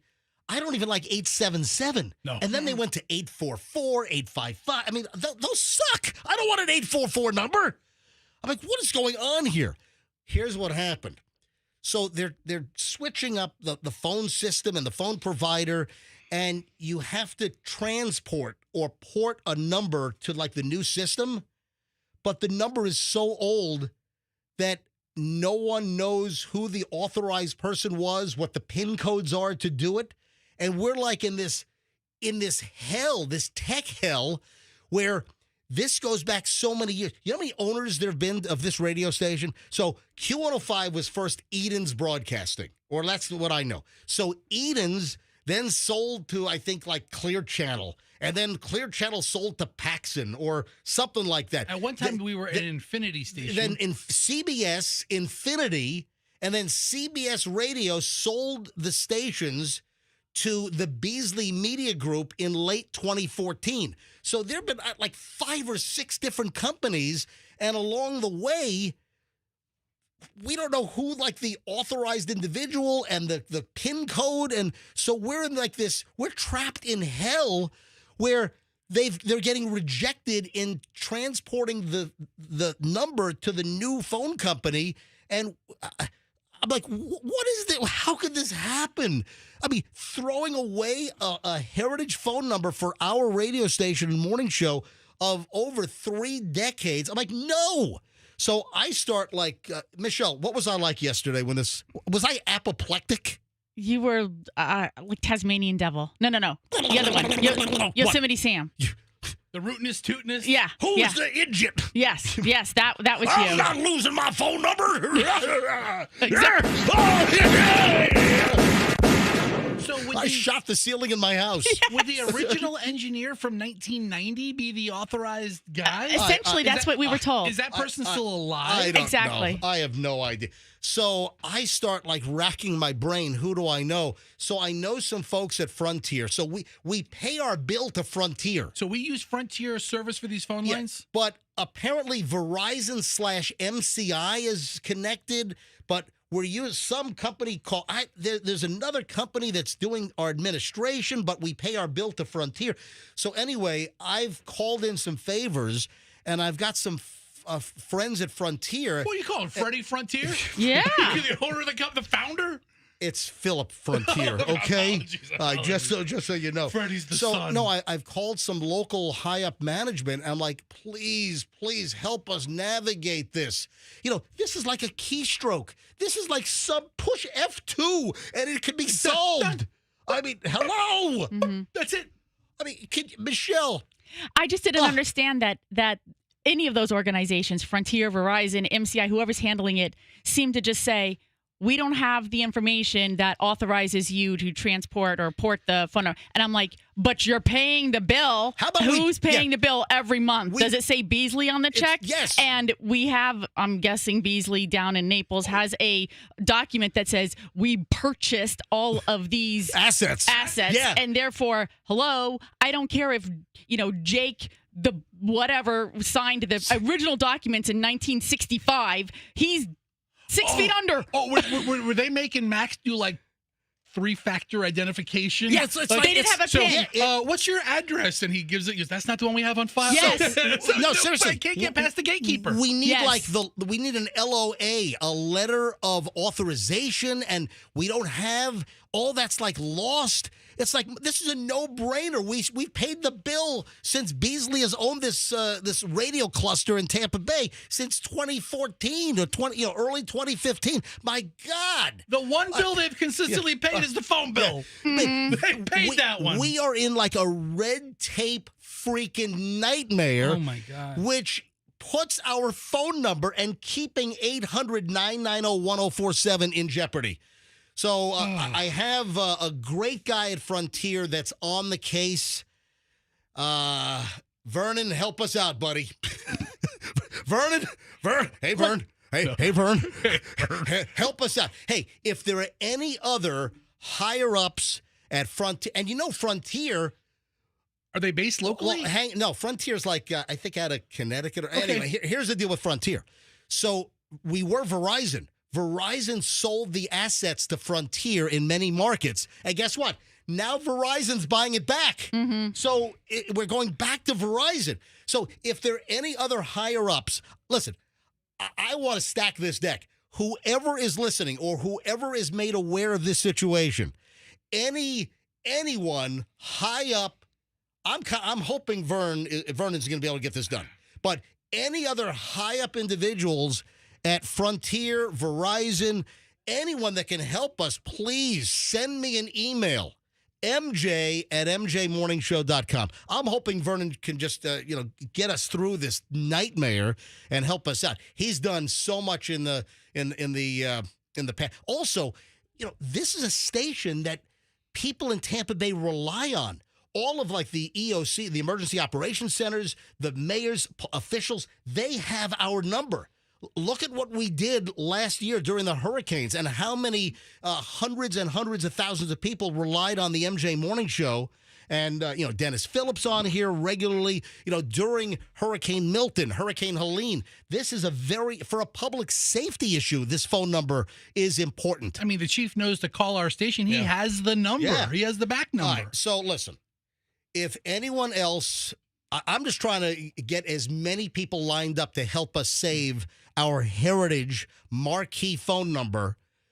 If anyone is in a position with Frontier, Verizon that can help us get through this freaking nightmare, I'd love to hear from you. My email is mj@mjmorningshow.com.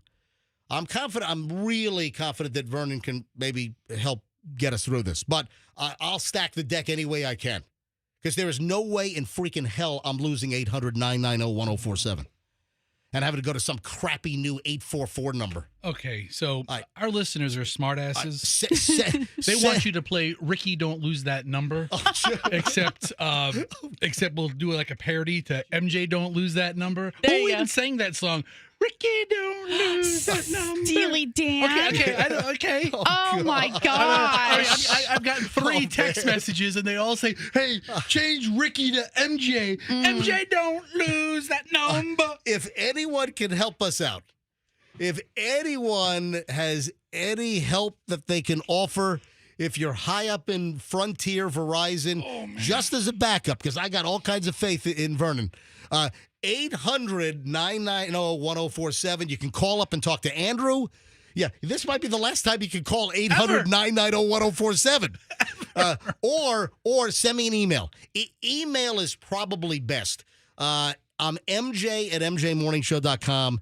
And if you know somebody that's really high up, tell them to email me. Tell them the situation. We need you. We need all the help we can get on this. I'm just stacking the deck as much as I possibly can. MJ at mjmorningshow.com. That's MJ at mjmorningshow.com. All right, what, Andrew, you want me to take line 6? What's the story? Oh, listener said their Instagram new map location was on by default. Oh, wow. Hey, Bonnie, MJ Morning Show, welcome. Bonnie, you there? Her radio is on by default as well. All right. Bonnie! Hello! Just wait a second. It's coming up. Like in 5, 4, 3, 2, 1. Bonnie, turn your radio off. Bonnie! We're going to get... Good morning. Oh, hey, Bonnie! All right. Bonnie, turn your radio off. Hello? Yeah, Bonnie, it's MJ and Fester and Michelle. All right, so your Instagram new map feature was on? Oh, geez, what the hell's going on? All right. Hello? Call of the day. You know what? Disconnect 800-990-1047. At the end of the day, you're probably right. All right, that was super. Andrew, what did the caller, what were they saying? That their map feature was on by default? All right, just check and make sure. If you don't want people to know where you are on Instagram, make sure that your location feature is off. Bonnie was calling in with that debacle to tell us that her feature was on automatically, that default hers was on. Luckily, Michelle and my new map feature on Instagram on our app, our location was off by default. So that's creepy, man. That really is. That's totally creepy. Hey, if we can't get the old phone number, do you think they'll buy my cell phone number for like 20 grand? Because everybody knows my number. Everyone knows Fester's personal number? Yeah. I mean, 813-310-8444. I get hundreds of text messages from listeners a day. I mean, that would be an asset to the station. I'll cut them a deal. 18 grand. All right, speaking of creepy, have you heard about this podcast that has resurfaced where Travis Kelce, Taylor Swift's boyfriend, or, who knows what they are, have you heard about this? They seem pretty committed. Yeah, but they do. So Taylor Swift and Travis Kelce seem like they're in it for the long haul. Who the hell knows, though? Have you heard about this podcast that just resurfaced where he's talking about dating women and what's a deal breaker and everything? Is this from the Andy Cohen show? It is. Yeah. So this, I saw this when they first got together. This came out, and let's be very clear about old Travis Kelce. He lived the wild bachelor lifestyle during his pre-Tay-Tay days. Mm-hmm. So I wouldn't be surprised, and he flaunted it. So I wouldn't be surprised if anything that comes out of his mouth. In 2016, you know what? This might not have been Andy Cohen. This is from... In 2016, Kelce was on something called Watch What Happens Live. That's Cohen's show. That's Andy Cohen. That's Andy Cohen. Right. It's his show on Bravo that was like at 11:30 beating all the late night talkers. Okay. All right. So back then. I know who Andy Cohen is. If I see a picture of him, I can identify, that's Andy Cohen. But I never really watched his stuff. So in 2016, Travis Kelce was on with Andy Cohen, and he was questioned about his bedroom preferences. Right. And these are like dating deal breakers. And this has resurfaced, and in the realm of knowing that he and Taylor Swift are a couple, you wonder if Travis Kelce, the Kansas City Chiefs player, you wonder if he held Taylor Swift to these guidelines or these demands or deal breakers. Listen. Is it a deal breaker if a girl won't sleep with you after the third date? The third date, I feel like that's the breaker right there. As soon as it hits right. three dates, that's like. If you don't have sex the third date, that's it. You won't. I mean, I want to say a deal breaker, but I mean, it's like. What did your mother teach you? Put some questions in there. Wow. All right. So, I mean, that's got to get your mind wandering. What are you talking about? Did Travis Kelce get it on with Taylor Swift after the third date? After the third second, you kidding me? I'd love to be with Travis. He's beautiful. What are you So, no, MJ, I mean, listen, we're in the world of grown adults. I mean, how many dates are you going on? After the third date, if you kind of want to be around this person. You know what? To be fair, their third date might have been like 6 months, from the first one, because remember they were like apart. He was playing football, and I think she was doing a tour. On tour. Yeah, so they might have like gotten together on the first date, and then their second date might have been 3 months later, and then their third date might have been 3 months after that. Well, then it goes on. Okay. Very, very classy gentleman. I didn't say you weren't. Those first 2 dates are top of the line dates. Yes. And then that third one's kind of like a relaxed. All right, I'll take a breath. Is it a deal breaker if a girl has fake boobs? I don't think so. I mean, as long as she's comfortable and very confident in what she's. All right, now Taylor Swift, I believe, is natural. I don't think Taylor Swift has implants. Okay. I don't know. Why don't you Google that? Does Taylor Swift have implants? Fester, are you working on a new AI song? Maybe. Oh, it looks like Fester's working on a new AI. What about me melting down over the phone number? I don't know if I have enough search space. I'll help you in a minute. Hang on a sec. All right, so fake boobs. What she looks like and how she looks. I mean, I'm all for it. I like that answer. Of course, I'm frisky. Yeah. Oh, this is like I'm a little embarrassed to ask this question, but I'm going to ask it because my daughter is here. But okay, is it a deal breaker if a girl doesn't like to give oral sex? Oh my goodness! Holy mo! Wow. So what does Travis Kelce say? Sounds like a deal breaker to me. Okay. Do you think Tay-Tay has seen this clip or heard of this clip? Am I the only one not shocked by this? Yeah. I mean, MJ. Michelle, the female in the room and the voice of reason, would you like to weigh in on the deal breaker list here with Travis Kelce? I think there's nothing that she does not know about this dude, or that she did not know about him before she even entertained going out with him on the first date. She had to know this existed, that it may pop up at some point in the future. And I guess I feel like she's really said, you know what? She likes that dirty, rough kind of guy now. You think so? Instead of those clean cut, Jake, what's his face, and the other actor dude that she dated that I don't even know what he's in. She dated him for like 7 years. Do you think that Taylor Swift is like, pure and dainty, or do you think she's got like an unknown behind the scenes, wild side or a certain craving? Because I think people look at her as being, pure, white dress. No? No, I think she had that image, and she did date those types of dudes. But I think they've been together for a while now, and I think this might be her true calling.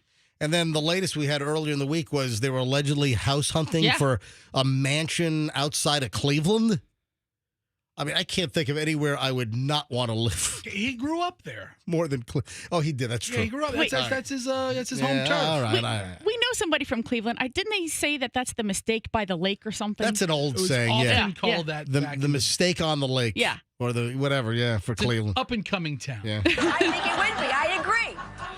Oh, Ramona agrees. Oh, God. You told me not to ask Avery anything embarrassing. You didn't. I'm just answering. Okay, good. Go on. Well, as long as you give it. Okay, is it a deal breaker? Anyway, do you think this has made Taylor Swift blush? No, I think she's mature now. I mean, she's not 23 anymore. Yeah, the thing is, she started singing songs when she was 14, and for some reason, people pigeonholed her for a long time in that demographic. She's like 36. Right. But the stuff that resurfaces, and in fact, right after I finish this, there's another item that has resurfaced after 18 years. Dude. And this is causing a stir. Hold on. This is new, and it's next. Hang on a minute. One other thing regarding Taylor Swift. You know the Elon Musk AI, what is it? The XAI. Grok. Yeah. Yeah, not to be confused with Gronk. They got to come up with Gronk. That'd be even worse. All right, so Grok is this AI generator. And listen to this. Elon Musk's XAI chatbot, Grok, is apparently spitting out explicit deep fake videos, including a clip of Taylor Swift dancing topless. Oh. I mean, complete chest, boobs hanging out. Taylor Swift topless generated by Elon Musk's AI chatbot generator. You know what? There's AI, doesn't matter who owns it. If you give it the right search terms, it can produce anybody in any picture. So, I mean, other than it being owned by Elon, that's the clickbait right there. So the new Grok generative AI tool, which was launched on Monday. So there's a new update or some kind of this generative tool. And on Monday, it created a 6-second clip of Taylor Swift whipping off a silver dress to reveal her breasts and wearing skimpy little G-string panties. Okay, AI can produce any video. Any video can be produced by AI. I mean, of any person. The new feature's lack of safeguards against creating celebrity deep fakes and adult materials feels like a lawsuit waiting to happen. That's what The Verge said. You know, the tech site The Verge, or I've seen The Verge. I've had material from that site in the past. Yeah, I guess they're the ones that first discovered this. So, and then we have another story that has popped up after 18 years. This is actually terrible. And, you know, when you kind of filter things through political correctness and, you know, there are plenty of things. Hey, Naked Gun. You know, a lot of folks, for instance, let me, Michelle's probably going to say, we don't need to talk about this. But, you know, we went to the Naked Gun, right? And the R word was used prominently in the Naked Gun. And, you know, in the last 10, 15 years, the R word was really kind of banished. And you were, you know, sort of made an outcast if you used the R word. You know, there was a real concerted effort and a mission. There's a push. Yeah, a push. It started from that community. To eradicate the R word. And, you know, it's kind of creeping back. And, Michelle, in the Naked Gun, there was a scene, and while we were watching the movie, Michelle, we both looked at each other. Yeah.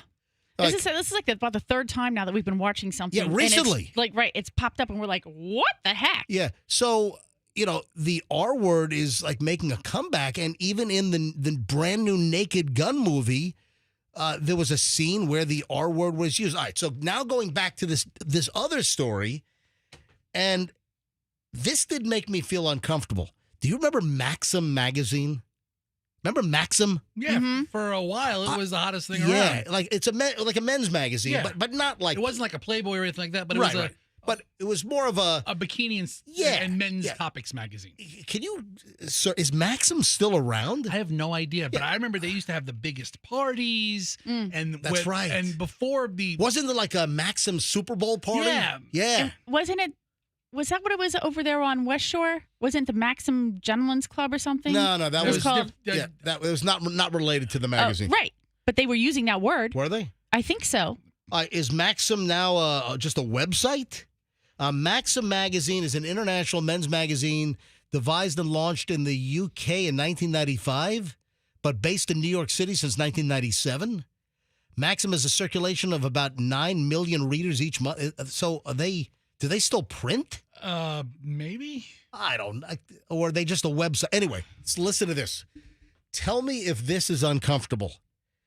This has resurfaced, and it's been floating around online, and this has become like a news story as people are digging up this old Maxim story, and they're saying, oh, my God, can you believe Maxim did this? This is 18 years old. All right. In 2007... Maxim did the opposite of like the sexiest people list. The ugliest people? Yes. I think that's hysterical. Was this acceptable back in 2007? Did people say, oh, man, this is great. Oh, nothing wrong with this? Who's complaining? I mean, what portion of culture is complaining about this? This has been brought to life online, and this is quite the discussion in certain circles. This old 18-year-old Maxim article listing the most unattractive women in showbiz. Okay. That was like the article. The most unattractive women in showbiz, and Maxim actually had a feature story about this in 2007. And now it's coming back to life. People have discovered this, like, oh my God, can you believe what Maxim magazine did back in 2007? You know what? I mean, this revisionist history and looking back and, things that were funny then, it's not funny now. It's big. Who's still alive on this list? Everybody. Oh, okay. Who's on it? All right. So, guess who number one was? Rosie O'Donnell. Sex and the City star Sarah Jessica Parker. She topped the list. The unflattering ranking came to light recently in a Reddit post where someone said, can you believe this Maxim magazine article from 2007 that I found? So it was Sarah Jessica Parker. But you remember, with Sarah Jessica Parker, I find her attractive. But there are, Michelle, we've discussed this. She's one of those, like, what's that Seinfeld situation where it's like the Two-Face thing? Yeah. Sometimes I look at her, I'm like, wow, she really is beautiful. And then other times it's either the lighting or her makeup or something, and I'm like, what is going on?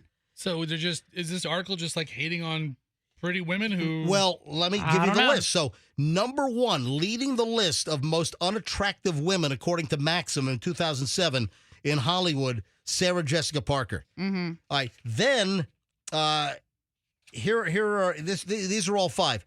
Coming in at number two was Amy Winehouse. Okay. Aww. Well, why? Well, because she's dead. Okay, so... Also, I'm looking at a picture of her. I don't find her to be so unattractive. She is dead. Yeah.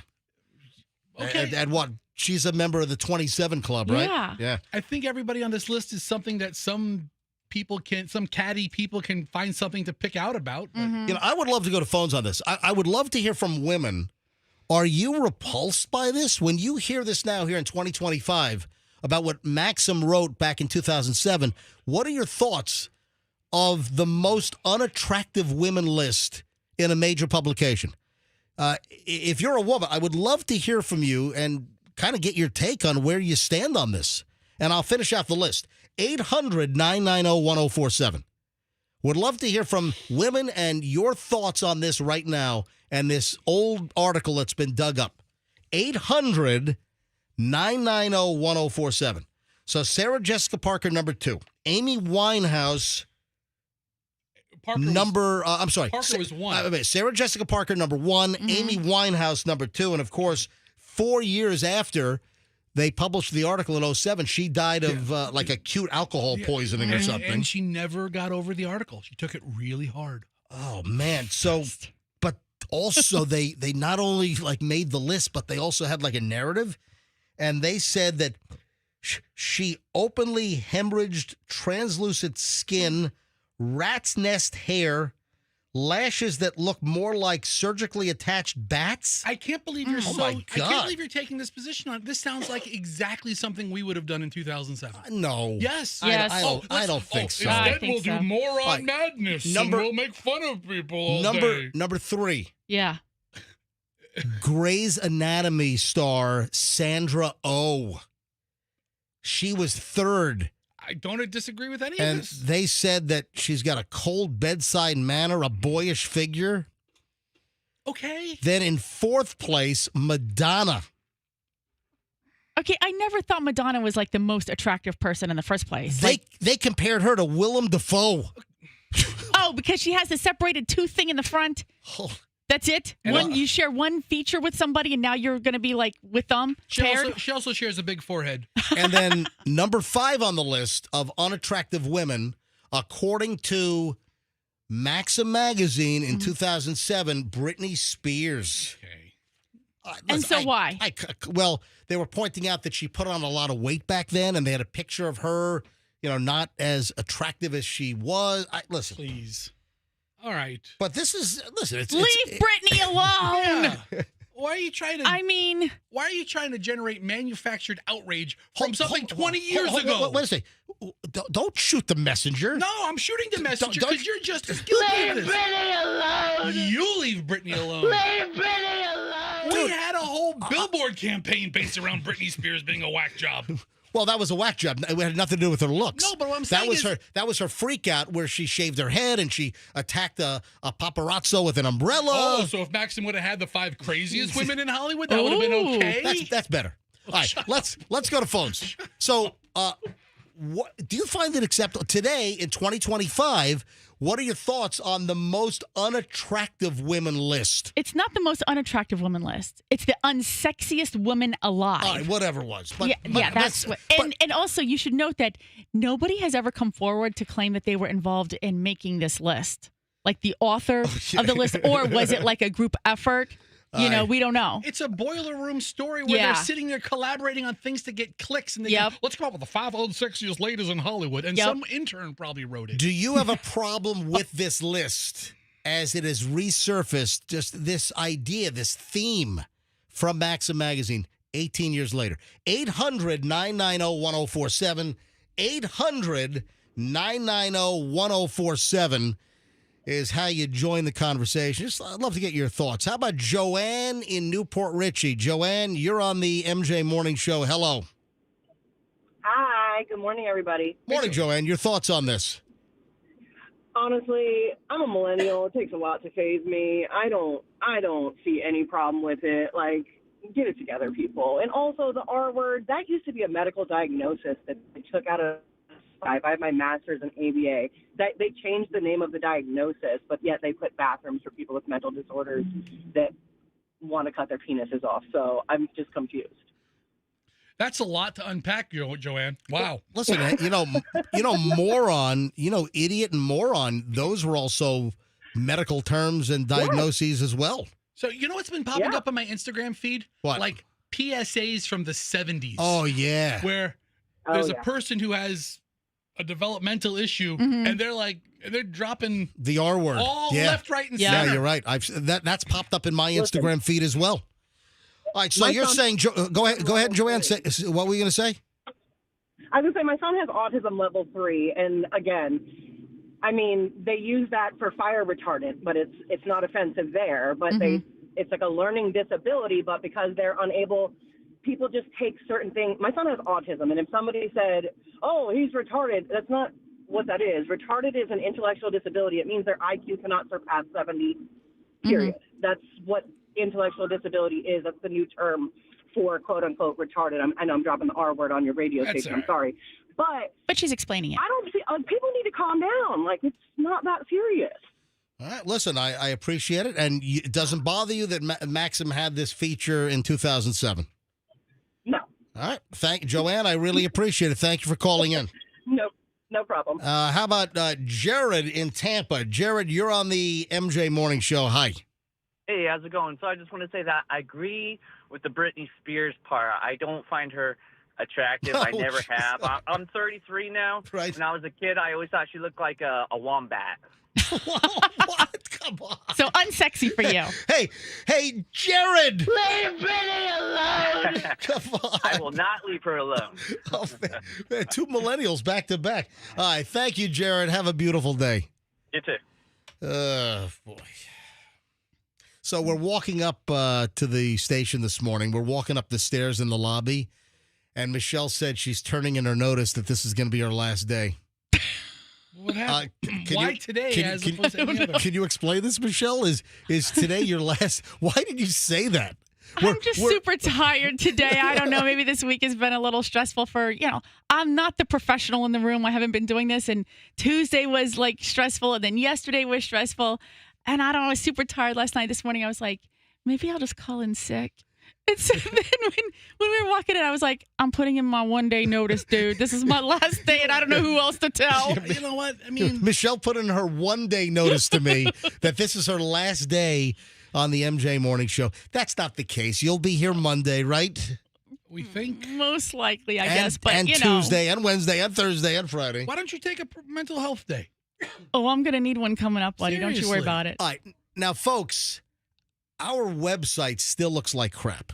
Although I think I have the ball in motion. So I'm working with Jan and our web folks.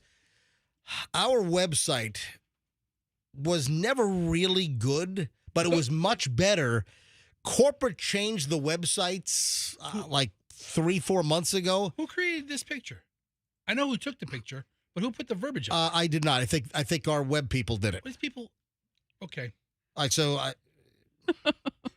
this is the dumbest thing. All right. Well, we have a new, I think, good picture where MJ's a straight man, Michelle is endearing, and I'm kind of corny, and that's exactly how it's. I don't know if you call me the straight man. Well, you're sitting there looking straight into a camera like a smug mug shot. Yeah, I mean, it is. you don't smile but for pictures. I think it's a good picture though. I've got a little smirk on my face. It's a smirk. So, folks, we do have a new morning show picture, and it does incorporate Michelle. By the way, thanks to our buddy Billy the Kid, Billy Montana. He's the best. Yeah, he really. If you want great headshots, if you want great pictures, Billy Montana or Billy the Kid. I know him, but he really goes by Billy Montana.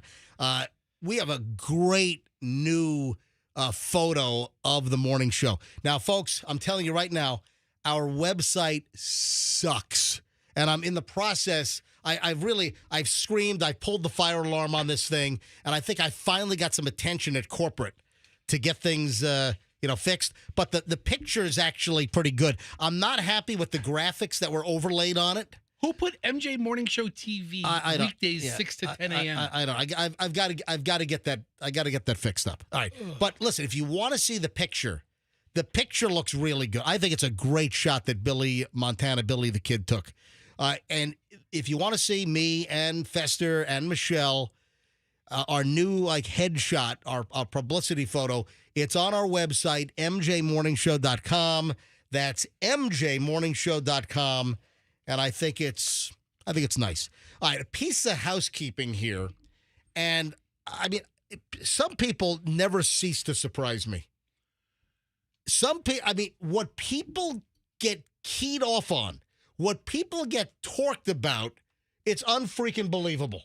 Okay. So, earlier this week, we were off the air for 2 hours. Yes. I was fit to be tied. I was busting. Tuesday at 7:08, we were off the air. Yeah.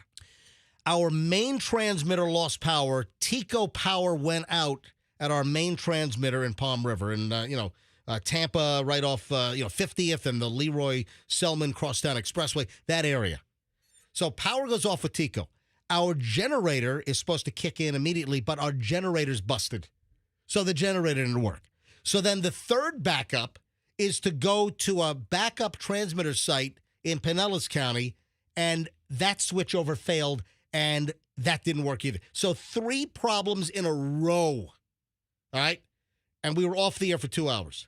And, of course, I was fit to be tied. I was beside myself. I was apoplectic over this whole situation. That's the worst feeling in the world, right? So I shoot a video later that day, and I posted it on my Instagram. But it's got like 31,000 views already, so it's a good video for me. We're all so proud of you. Go to my IG. I want to play this. Okay. And, the way that some people react, it's like a moral equivalence or trying to say, if I mention one thing, that you're going to hold that against something else. All right, this is going to become crystal clear in just a minute. So go to my grid, and right there, play. It's the last thing. If you haven't seen this, folks, I'm at my kitchen table, and I had to shoot a video because I had to relieve some pressure. And I did a little blood pressure cuff, a little gimmick, a little, gag in the video. All right, roll the video, play, and go. MJ from the MJ Morning Show on Q105, 104.7 FM Tampa Bay. And this morning was totally effed up. We were off the air for about 2 hours this morning in the middle of morning drive with technical problems. Our main transmitter lost power from Tico. The backup generator did not turn on.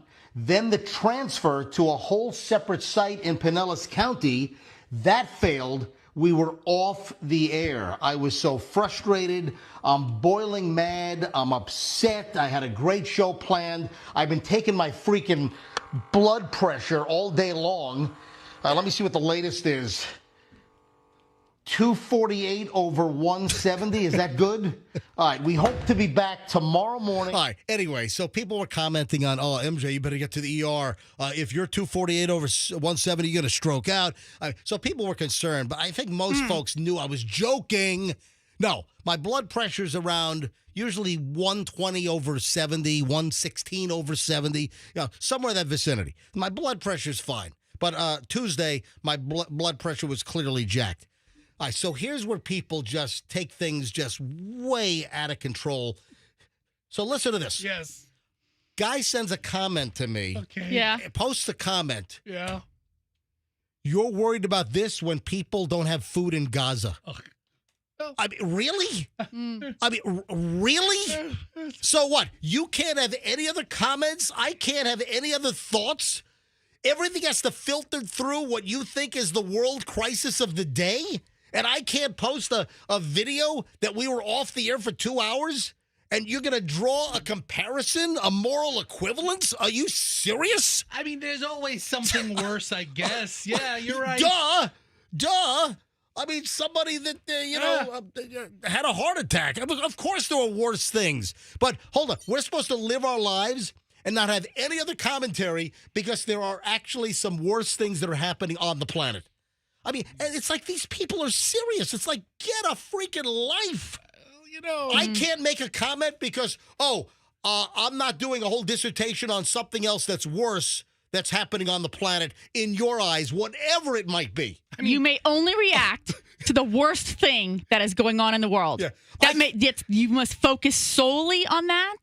And also, I think that's what our listeners would prefer. For 4 hours, let's talk about the very worst possible catastrophe in the world. How dare I use airtime and not talk about what some individual thinks is the worst thing possibly happening? How dare I have any other opinion? How dare we have any other content? How dare we come up with funny crap when people are in bad shape? We can't laugh. No more laughter. How dare you? Microplastics in the ocean.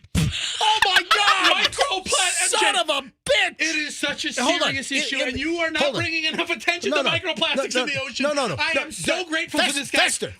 You're wrong. What? It's not it's microplastics like in our water bottles. In our brains. Or if you're cutting. It all ends up in the ocean. Or if you're. It all ends up in the ocean. My gosh, you're right. if you're cutting vegetables on a plastic cutting board. Microplastics. Microplastics in general. I mean, I fully believe that microplastics is the biggest problem facing humanity. How dare we talk about anything else on the MJ Morning Show other than the scourge of microplastics? I am so glad and grateful to this listener for bringing up the fact that there's bigger issues than the fact that we weren't on the radio for 2 hours.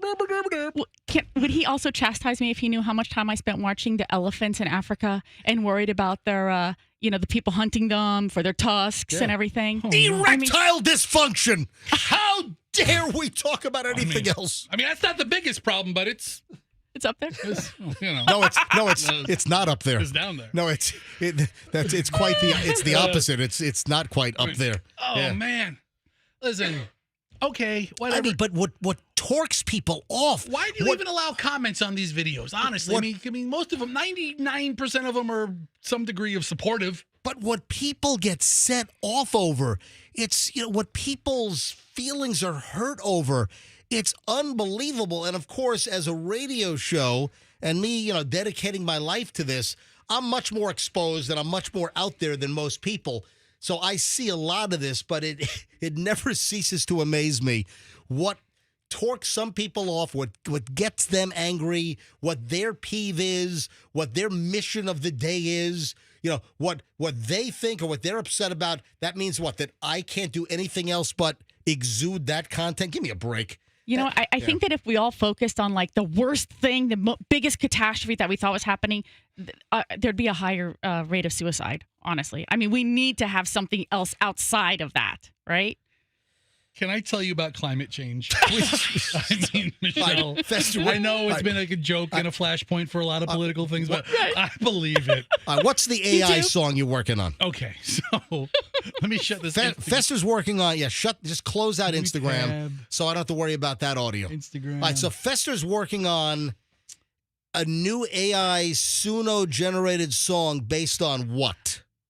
Based on us finally getting a new studio after years of lies and being misled. Right. And the fact that we can't transport our new number or our old number to the new studio. Does that make sense?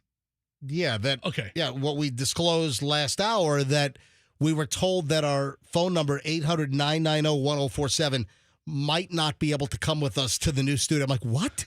It's 2 freaking doors down. We're in the same hallway. What do you mean we can't have the phone number of this radio station for the last 30 plus years, that we have to lose that number to get a new phone number? I mean, I can't even process this. You're literally going to be standing 18 feet away from where you're standing right now. It's not that far. You put in some keywords on an AI-generated song about our studio is finally done. We're getting ready to move, but I don't see in the lyrics. I don't see any. It says, like, in the second verse, Q105 can't keep the same old call. The numbers are gone. Let me hear this. I don't know how this is going to be. Here we go. Hopefully this is a good song. For the amount that I paid for it, it's going to be great. All right. You ready? Yep. And go ahead and hit play. Here we go. Hit play, Fester. I'm betting play. Well, it's not playing. Oh, you got something muted. Oh, well, it's not working. 1, 2, 3, play. Oh, great. I'm watching you. I'm watching you push play. I don't know. Maybe go out. All right, hold on. We go back. Maybe the computer is playing audio. Finally gone. All right, go ahead. Hit it again. Here we go. All right.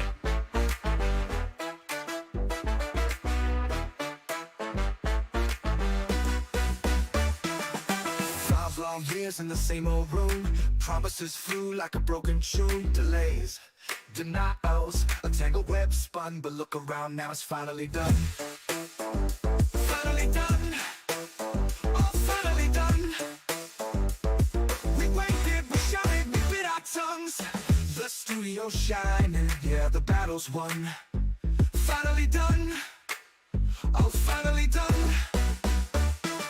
Q105 can't keep the same old call. The number's gone, it's no use at all. New digits ring, a fresh melody. But hey, it's progress, can't you see? No, it's not! 5 years of waiting, now it's real.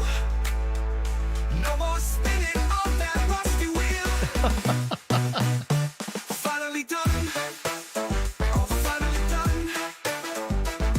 We waited. It's not bad. All right, It's not bad. So right. they give us 2 versions of it if you want to hear the Nah, second. that's all right. All right, so, folks, it looks like we'll be moving into the brand new MJ Morning Show studio next week, so we're all excited about it. AI strikes again. Are you ready for the latest AI scam? Artificial intelligence. Listen to this one. An Airbnb guest is accused of causing $16,000 in property damage. The host used AI to falsify and gin up pictures of damage in the house. Is that brilliant or deviously Dude, brilliant? It's deceptive. It's criminal. So It's deviously fraud. It's fraud, yeah. So now we have to worry about this. You rent an Airbnb. Were they going after the insurance company? Were they trying to go back on the rent? The renter No. knows that's not the condition they left in. They were going after the renter. The host sends Airbnb fake AI-generated photos of the alleged damage that the renter, the guest, caused in the house. And it's completely erroneous. False, bogus. About 16 grand is what they claimed, and none of the damage was real. They used AI to create a pee and poop stained mattress. I mean, what? Yes. Okay, see, that just seems so ridiculous and absurd, right? So then you know that it's suspicious. Also, damage to the robot vacuum cleaner. Apparently, they used AI to make the robot, the Roomba, like smashed into pieces on the floor. Also, a damaged sofa, a smashed-in microwave and TV, and a damaged air conditioning unit. And the woman that rented denied it. I didn't do this. None of this is real. So now she's got all this red tape. She's got to jump through hoops. So how does this go? I mean, you go to an Airbnb, you check out, you leave, you think on good terms, and then they have to file a complaint within a couple of days or a week. Then they have to that's pretty much how it works. I'm just asking, but this whole thing's been strung out now over weeks or months. Right. This is unbelievable. So now you got to worry about this. Anyway, The woman got a resolution. Airbnb, believed her story. They investigated. They've now removed this Airbnb host from the lineup, from the available air. So they've kicked off the renter or the host off of the platform. But now, I got to worry about crap all day long. It's insane. All right, Hadley, you're a Generation Z. What year were you born? 2011. Oh, wait. So you just snuck into Gen Z. She did. Yeah. All right, so isn't Gen Z is 2012? That's the cutoff, yeah. Back to 90, so it's 1997 to 2012, right? Yes. And then after that, it's Generation Alpha. Okay. All right. Hadley, you're 13 years old. You'll be 14 in October. Yes. Hadley, folks, is Fester's daughter. She's hanging with us last day before she goes back to school on Monday in the Hillsborough County school system. Hadley. Hello, Mr. MJ. All right.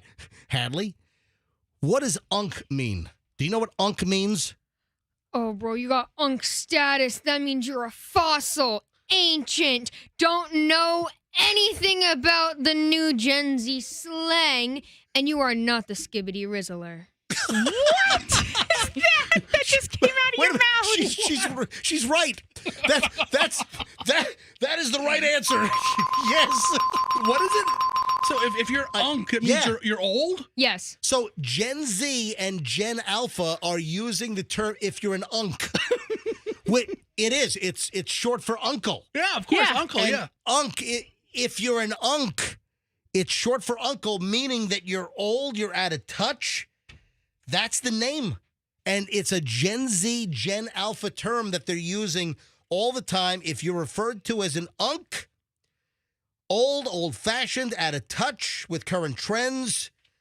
Kids use it to, rib on older men, typically. Oh, he's an unk. Is that like the new boomer? Oh, yeah. You know what? It is. Yeah, absolutely. Look at that. She rattled it right off. You don't even hesitate. No. I didn't prompt her. She had no idea where this was going. This was cold. I know. Who's the unk in this room? That's debatable, but it's most definitely not Miss Michelle because she is the best one and most likely the youngest. Yes. Talking to this mic. Get closer to the mic. All right. Men in the room.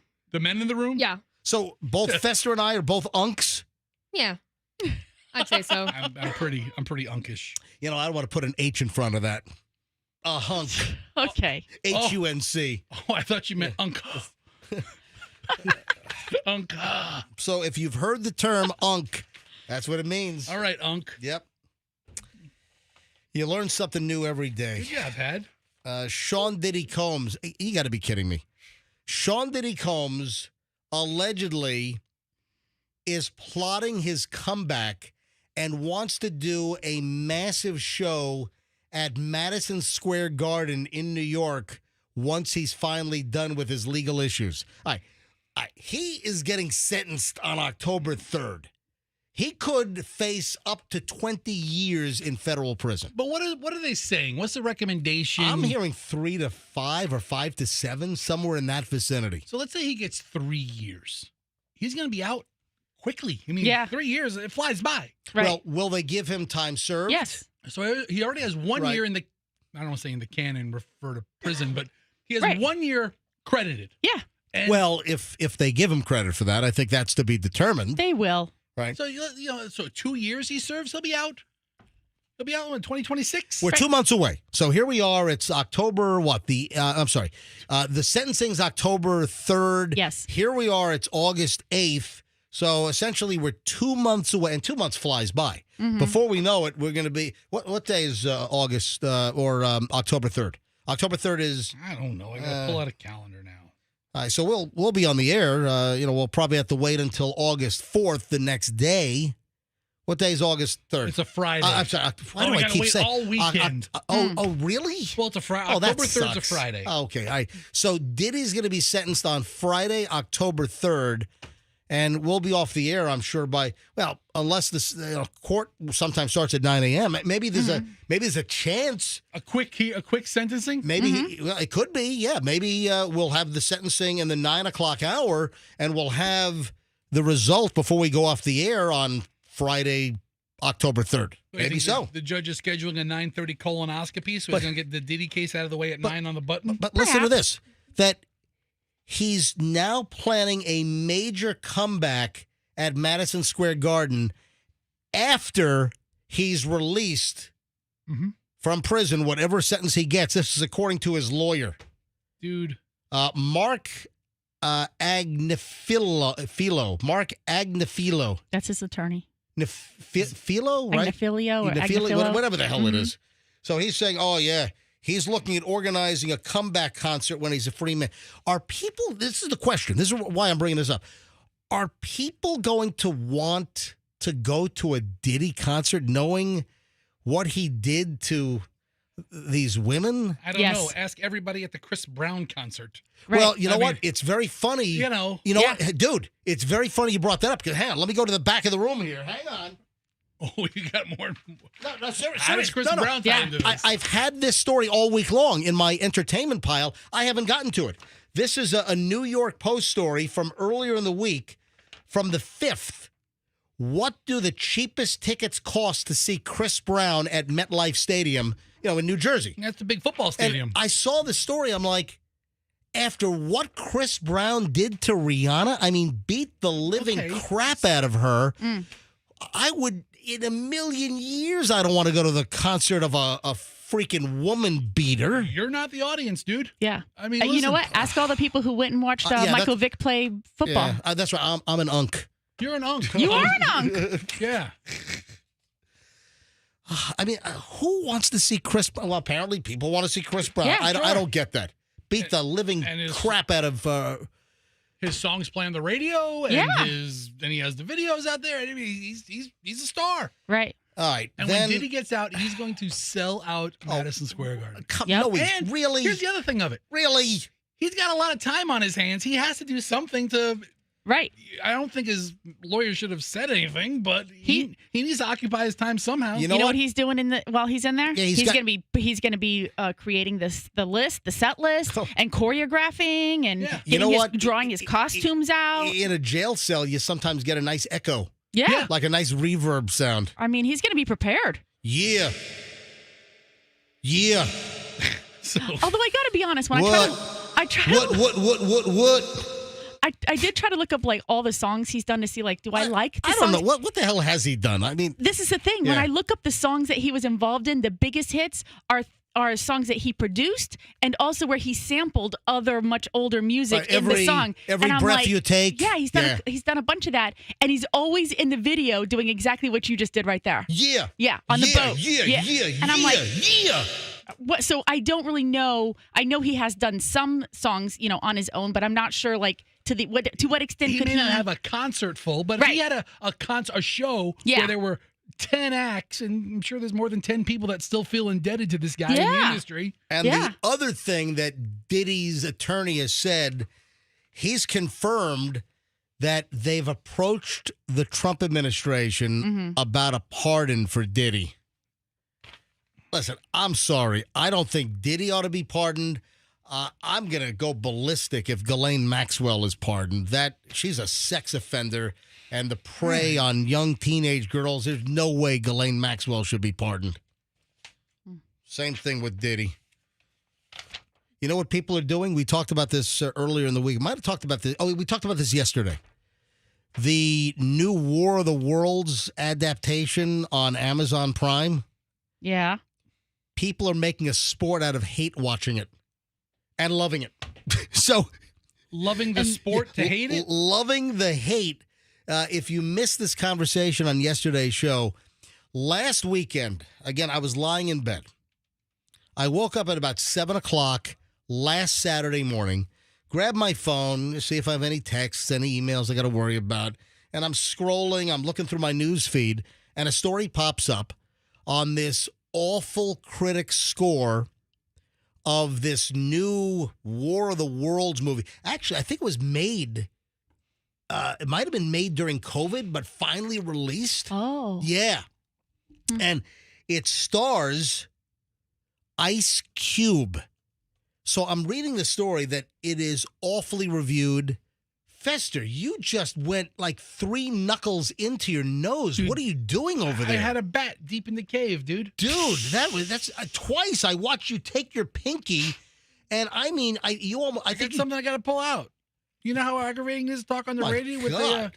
with a floater up in Michelle, Do you need a tissue? Give him a tissue. I'll eat it. I have a tissue. Just get a tissue. Blow it out. Oh, I got the tissue to clean I'm my sitting finger. here. I'm watching Fester jam his finger up his nose.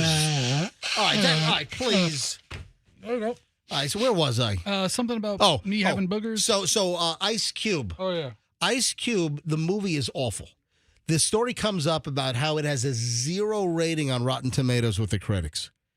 A 0 with critics and 19% with viewers. I mean, I don't think I've ever seen a movie on Rotten Tomatoes that had an absolute goose egg 0. So Saturday morning, I wake up at 7. I see the story.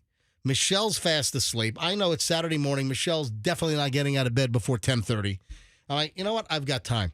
I went downstairs, flipped on the home theater deal. I put this thing on Amazon Prime. It's free, thank God. It's included with Prime. And it was abysmal. It was absolutely awful. But the story now is people are hate watching. It's become a kind of a sport. It's like, man, how bad could this actually be? How bad could this Ice Cube movie? Trust me, folks, it is awful. I mean, it's sort of like the train wreck that you don't want to look away from.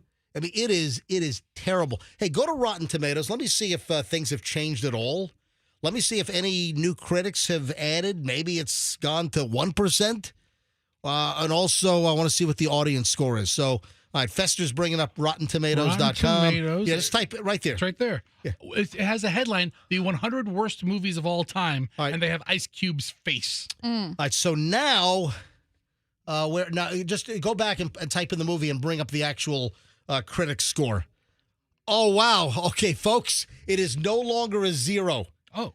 Critics have it at 4%. Who's the critic that gave it a thumbs up? And now, the popcorn meter, the actual viewer like us, it's up to 20%. So it was 0 and 19.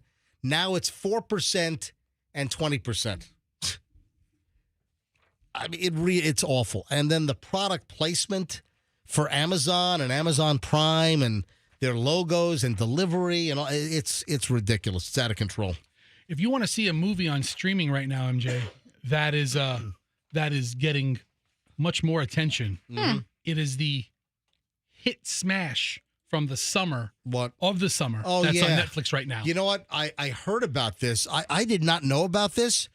We were watching. Were we watching? It was the news, I think. Yeah, we were watching. I think NBC Nightly News last night with the llama Tom Yamas. Yes. And they did a story on this Netflix K-pop demon movie. All right, hold on. K-pop Demon Hunters. It's K-pop Demon Hunters, and I love this movie. I forced him to watch it with me. I watched it with her. Hadley, calm down. All right, I want to hear about We'll it. get to it, Had. I was literally searching it up as you passed me the paper to talk about it. So apparently the hottest movie with, what age group is this? Is this like what? Like It is on Netflix Kids. I the know kids that. It's on promo, Netflix so- everything. Just because you have a kids account doesn't mean anything. Who does this appeal to? Like 6-year-olds? Everybody. It's not everybody. Oh no, everybody. No.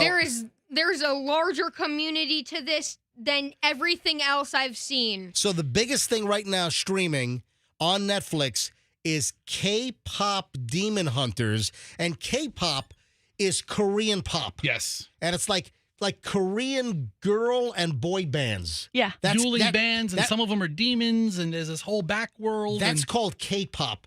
And there's this movie about, and it's animated. Yes. Yeah. It's like kind of like that sharp, like Japanese-looking anime to a certain extent. Mm-hmm. And these girls, these K-pop girl band, they go after, apparently, The Saja Boys. they're fighting a demonic boy band. Yes, it's the Saja Boys. What are the girls' band? What's the girls' band's The name? girl band is named Huntrix.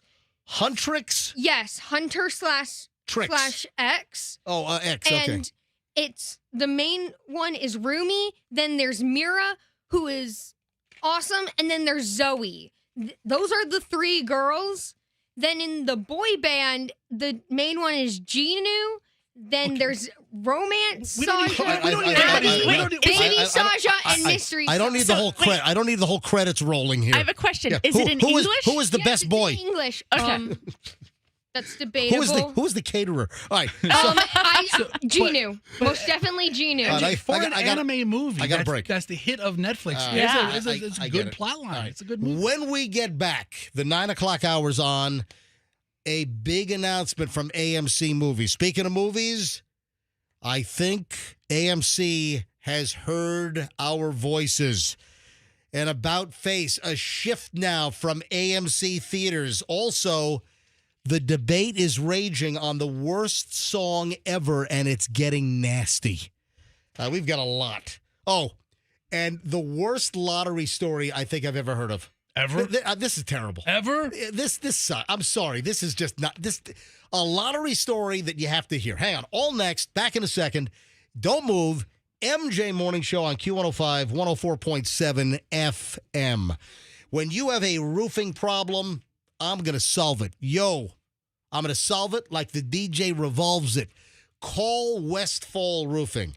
If you've got a roof leak, and listen, we've had a rainy summer. We've had like a little dry spell, but then now in the last couple of days, it's picked back up. But we had some serious freaking rain, June and earlier in July. So if you've had a leak develop in your house, you call Westfall. If it's time for a new roof, you call Westfall. What is it about Westfall? Let me tell you about culture and background. Recently, Tampa Bay Business Journal declared that Westfall is one of the best places for people to work in the Tampa Bay area. So that just exudes a cultural positivity if it's one of the best places to work. You're going to get a great roofing job. If you need a new roof, average roof in Florida only lasts 15 to 20 years. If you need a new roof or just a roof repair, westfallroofing.com. They've done the work at my house. They've done work for many friends of mine. All thumbs up, folks. Westfallroofing.com. Tell them that MJ sent you. When you have your day wrecked by a careless, inconsiderate driver, one that is distracted, not paying attention, listen, as you drive, this is sort of a sport for me now. As I drive, noticing the people that are just fully involved in their phones, driving down the interstate at 70 miles an hour. It is unbelievable. Just start looking around. You will be shocked. Shocked. You'll be shocked at the number of people that you will see, like, not just glancing at their phone for a couple of seconds, but I mean like 10 seconds, 20 seconds. I'm like, what is going on? And now, new Florida law, you weren't able to text. Now you're not supposed to be driving and holding your phone at all. If you have one of these maniacs, one of these distracted drivers ram into you, causing injury, damage, you call Kemp Law. Accident or fall, you call Kemp Law and tell them MJ sent you.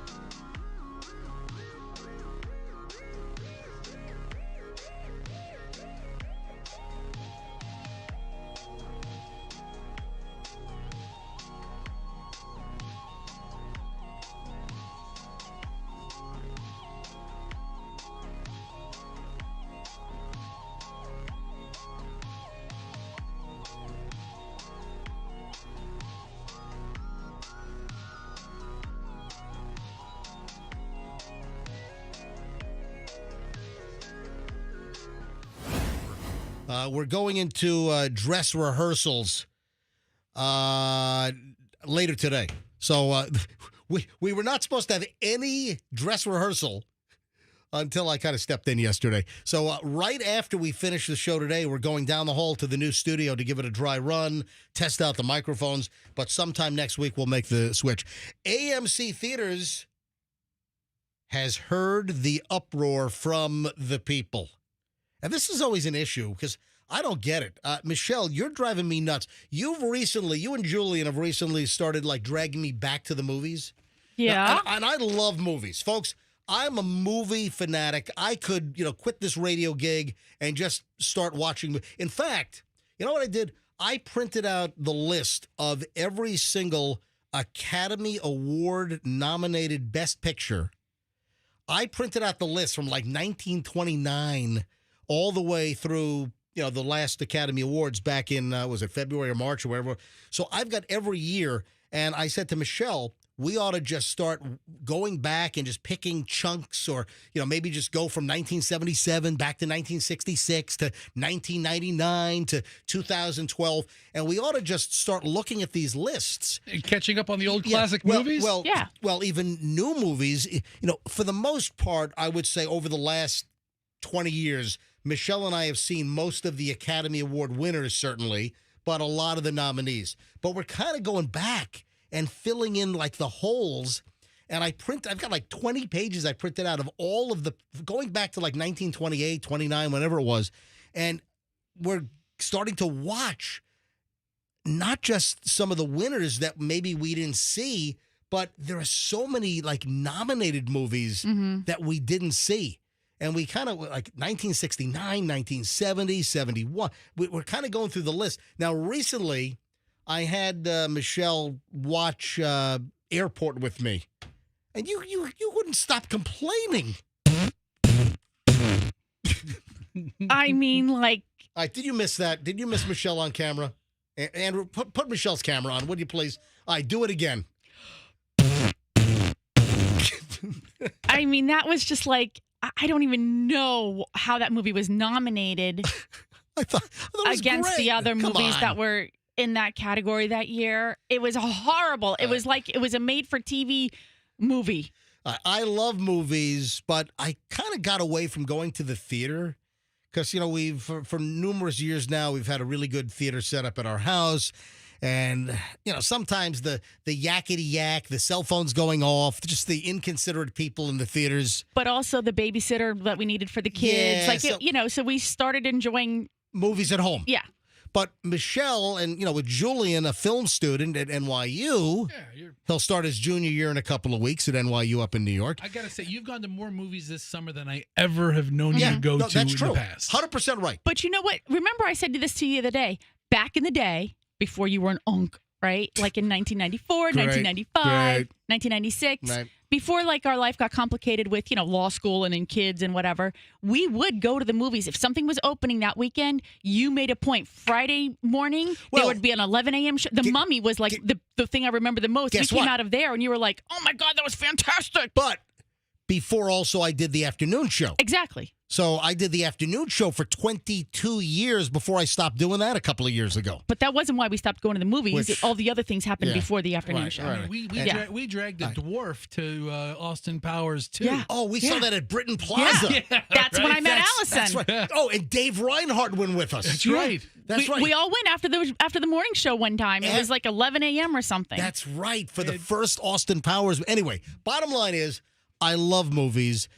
We watch a lot of movies at the house. I love, most genres of movie.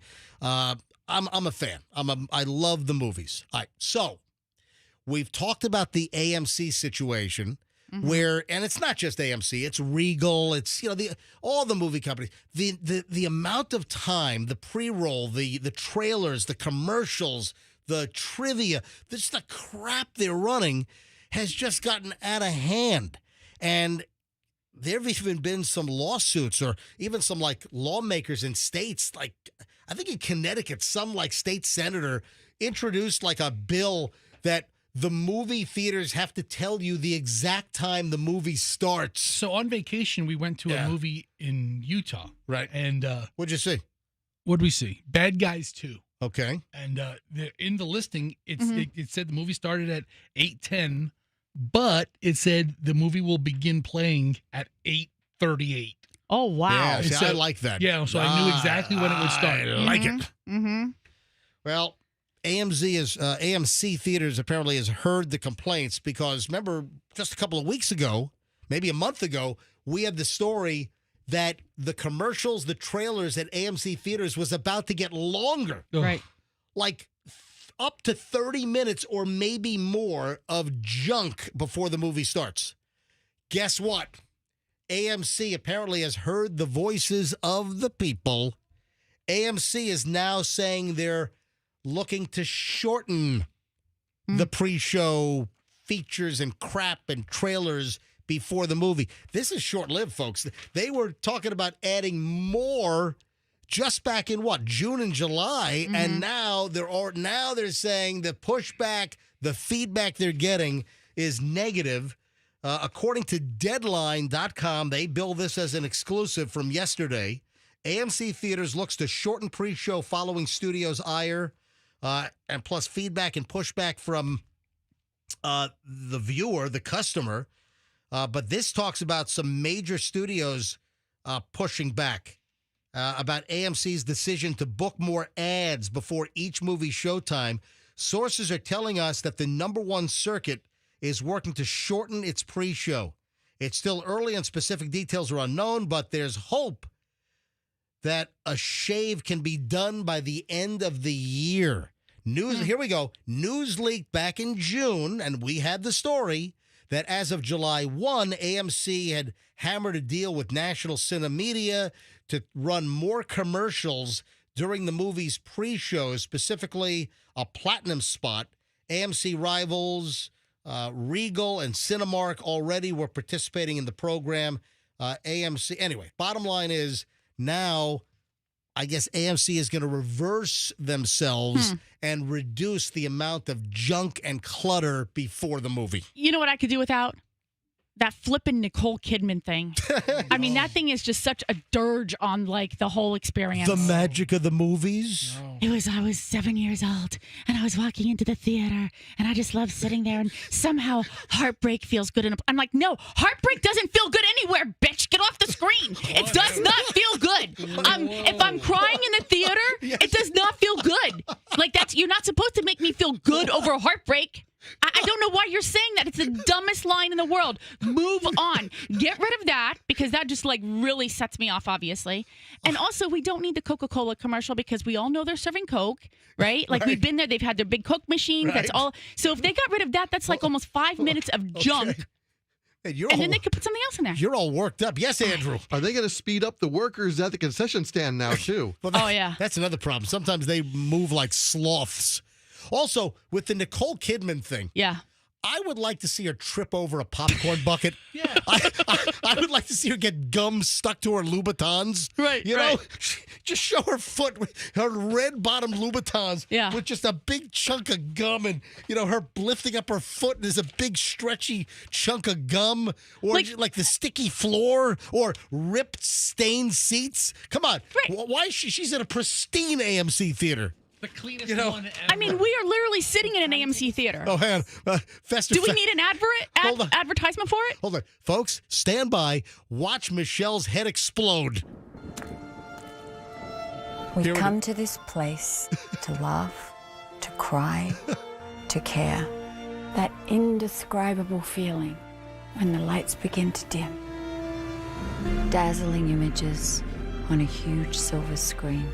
Beautiful music soaring through me. And we go somewhere we've never been before. That's magic. AMC Theaters. We make movies better. Right. And she doesn't do it in all of them. And if you look at... There's like several of them. Yes. But if you look at the theater that they shot those in... Yeah. It is an immaculate, never before... ever used theater. I think it's hermetically sealed. Yeah. It's a set. It's a set. It's not a theater. It's a set. Is my mic low? I don't know. Listen, this studio... I mean, you're coming in normal volume and then... hang on. But hang on. Just talk. All right. So The other day, I was picking my nose, Hang right? on. And All right, just Fester, I mean, stop. I don't need that content from Oh, you. okay, well. Yeah, you know what? It's a good thing we're moving to the new studio yeah, because the whole thing's falling apart. your mic has been problematic, but it's just, you know what?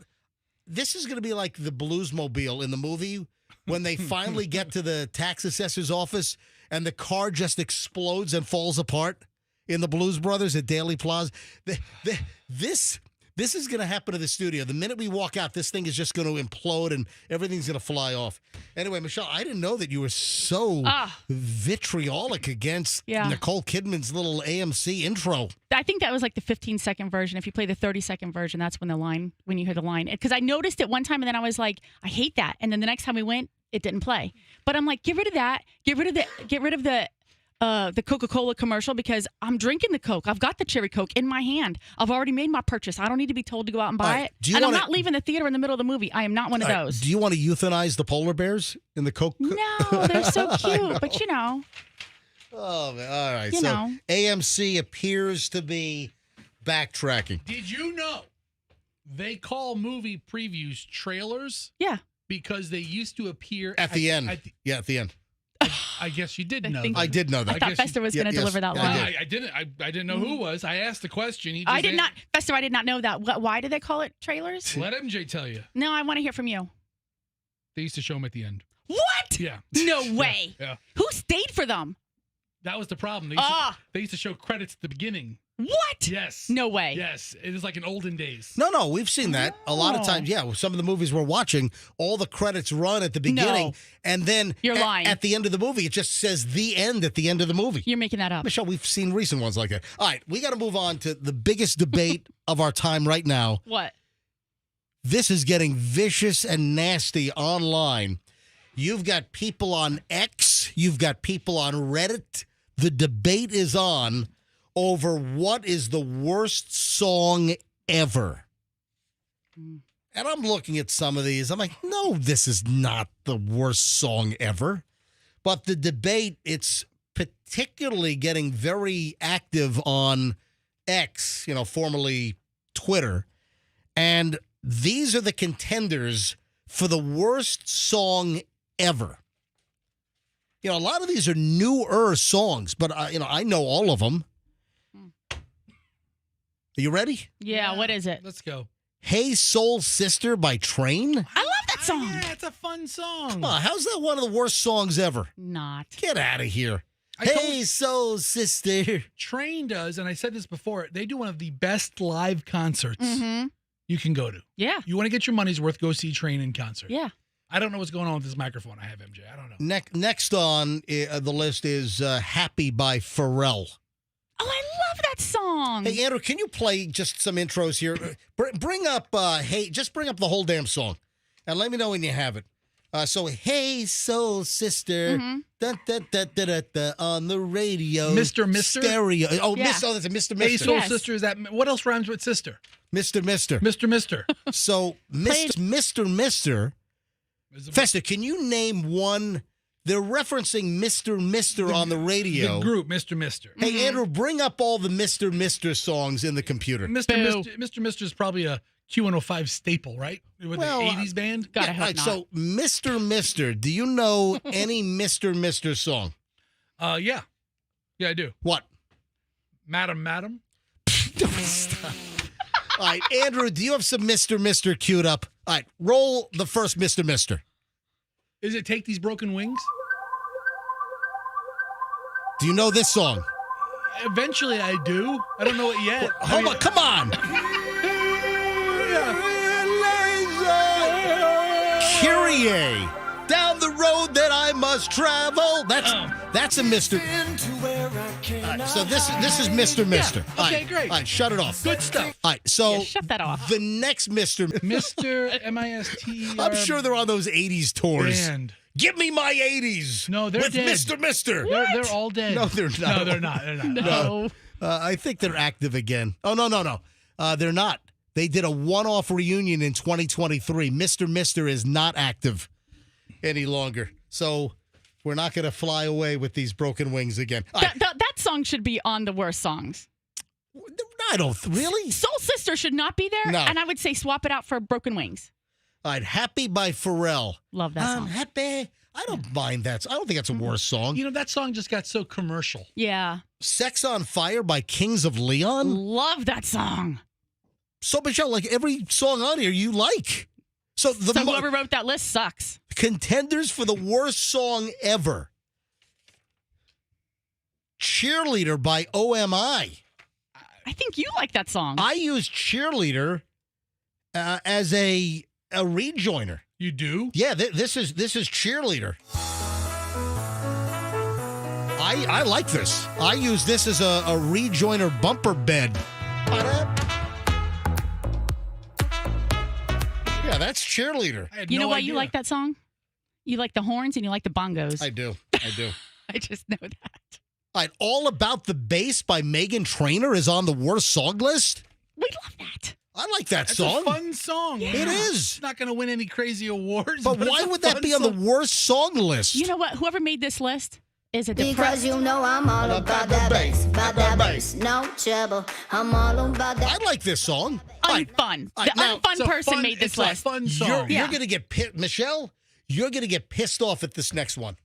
Also on the worst song debate list on X, Moves Like Jagger by Maroon 5.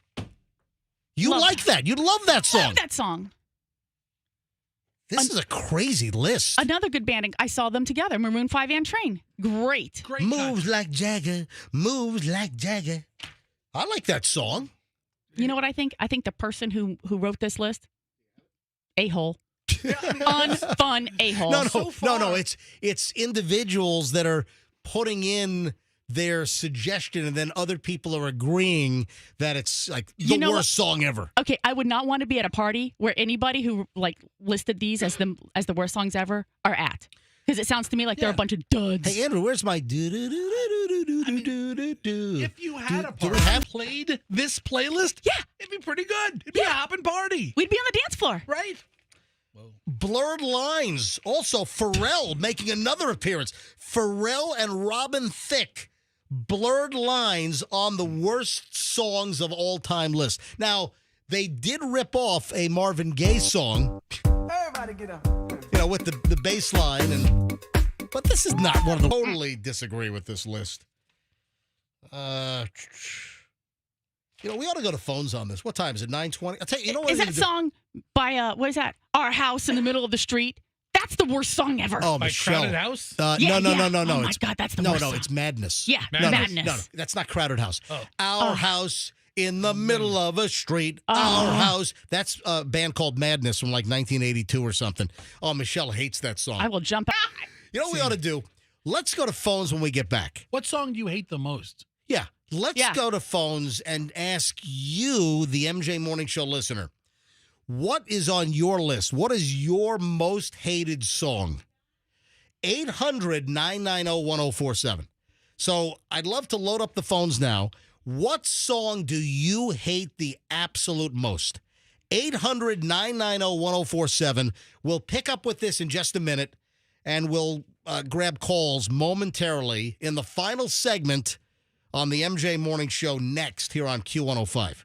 So stand by. We have a brand new Genesis dealer in Tampa Bay. This is great news, folks. This is a red alert. This is an automotive alert for the Tampa Bay area. You now have another Genesis automobile dealership option. There was a time where you had to go to a Pinellas County Genesis dealer, and now you have another option because Genesis of Tampa has opened right at 275 and Bierce, or some people say Bears. So right off of 275, right near Fester's house, actually. New dealership.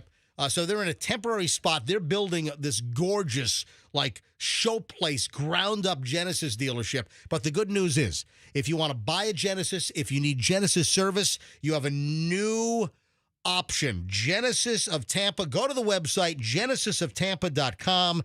They have all kinds of goodies that come along when you buy a Genesis from Genesis of Tampa.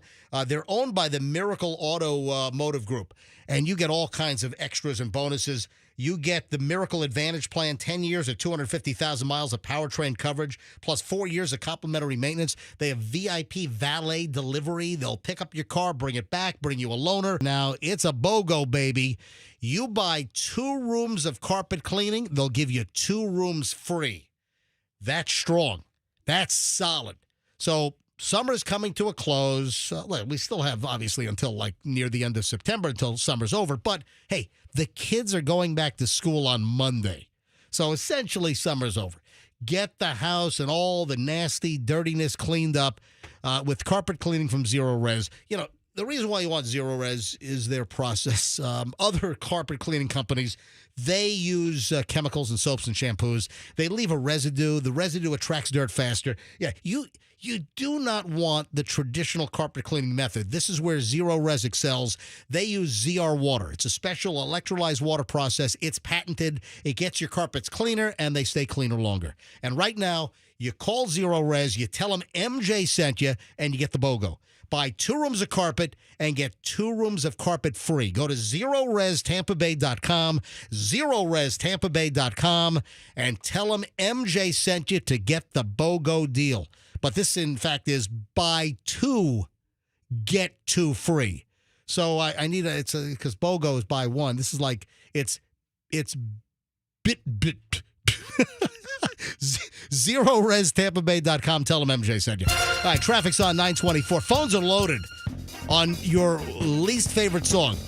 The phones are loaded on the worst song ever. We'll grab your calls next. In Hillsborough, we have an accident on 275 South at Livingston Avenue with the left shoulder blocked. And they're still dealing with the accident on I-4 eastbound at Mango Road with the left lane blocked. Traffic is stop and go. Your delays could be up to 30 minutes.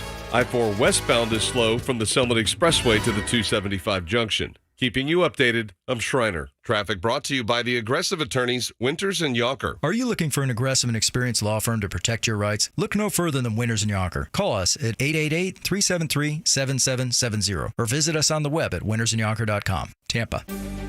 Want to discover your own kind of magic? It could be experiencing your favorite villains perform all new songs on stage at Disney's Hollywood Studios. It could be soaring around the world or speeding through space in Epcot. Or maybe it's introducing the littlest member of your family to the miniest member of ours. Whatever it is, Walt Disney World Resort is waiting for you to find your magic as an annual pass holder. And right now, you can enjoy a full year of magic and get up to a $100 Disney gift card when you purchase a new Walt Disney World Resort annual pass. Start your own pass holder story at disneyworld.com/pass. $100 Disney gift card with the purchase of a Disney Incredipass. Lower value Disney gift card for other pass types. Disney gift card will be emailed within a few days after purchase to the email address provided at purchase. Cannot be combined with any other discount or promotion. Disney gift card is redeemable for goods and services at participating Disney locations.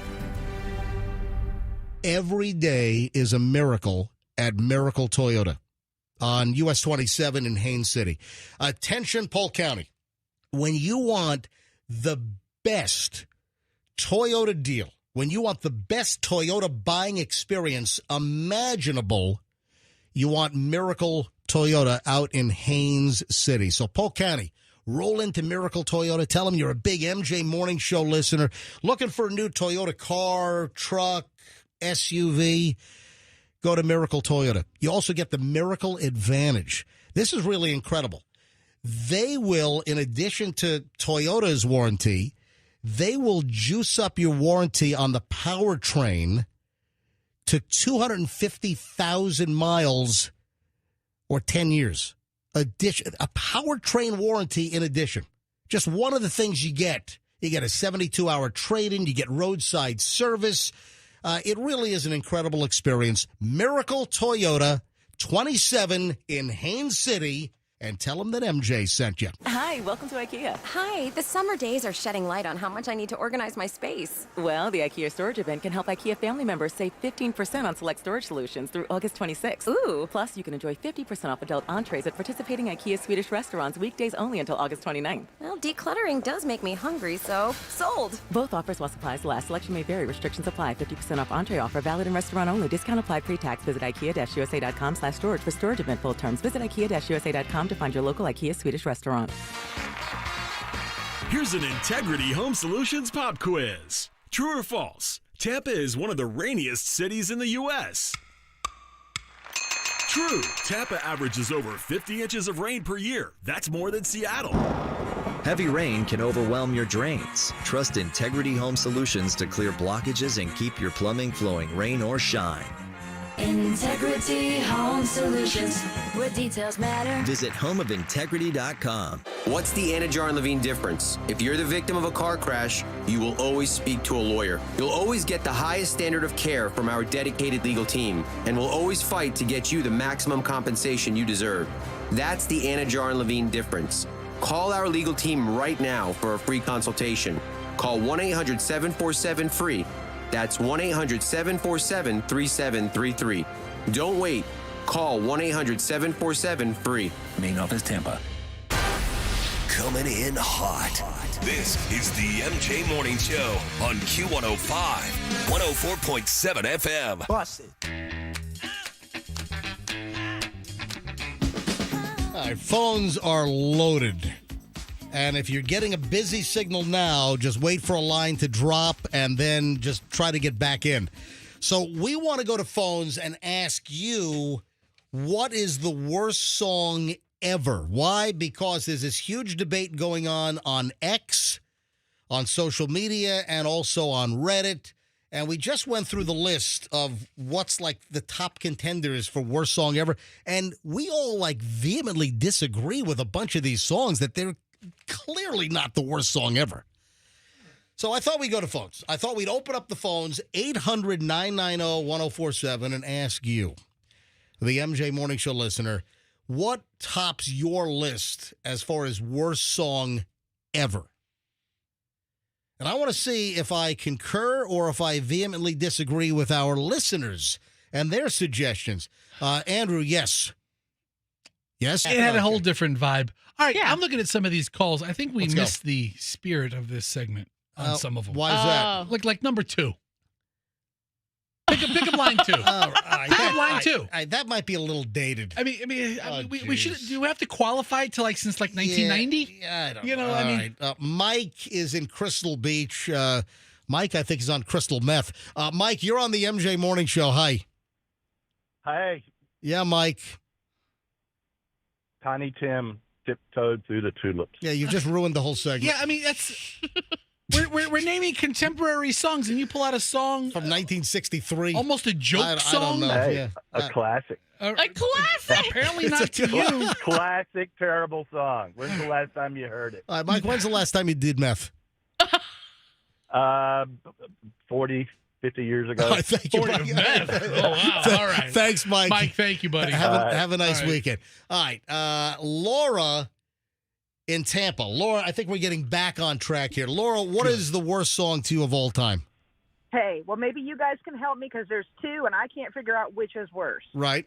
Red Wine by UB40 or Keep Your Hands to Yourself by Georgia Satellites. I mean, come on. You know, I got to be honest. I don't despise either of those. Red Wine, despise. Yeah, Red Wine's the worst of the two. Yeah. Red wine. Oh, Thank my you. God. Yes. She's screaming in pain. Yes. Ears are bleeding. Oh, and you don't like Keep Your Hands to Yourself. Oh, heck no. That comes on, I'm like, nope. I think that's coming on at 10:30 this morning. No, I'm kidding. Followed by Red Wine. The channel, don't do it. Oh, no, Andrew's playing. It's Andrew. Is that got a little change in my pocket I going? got a little change in my pocket going jangle-lang-a-lang. Oh, what do you say? I'm hanging up now. Bye. All right. I'm not mad at the Georgia Satellites. Let me bring in Kelly on Anna Maria Island. Kelly, you're on the MJ Morning Show on Q105. Kelly, what's the worst song of all time? Bonnie Tyler, Total Eclipse of the Heart. I cannot stand that song. Turn around. I cannot stand it. And I agree with you guys on the list. I love all the signs. Oh, God. Yeah. See? Oh, God. Oh, here we go. We're getting yelled at. Stop. Shut it off. Thank you.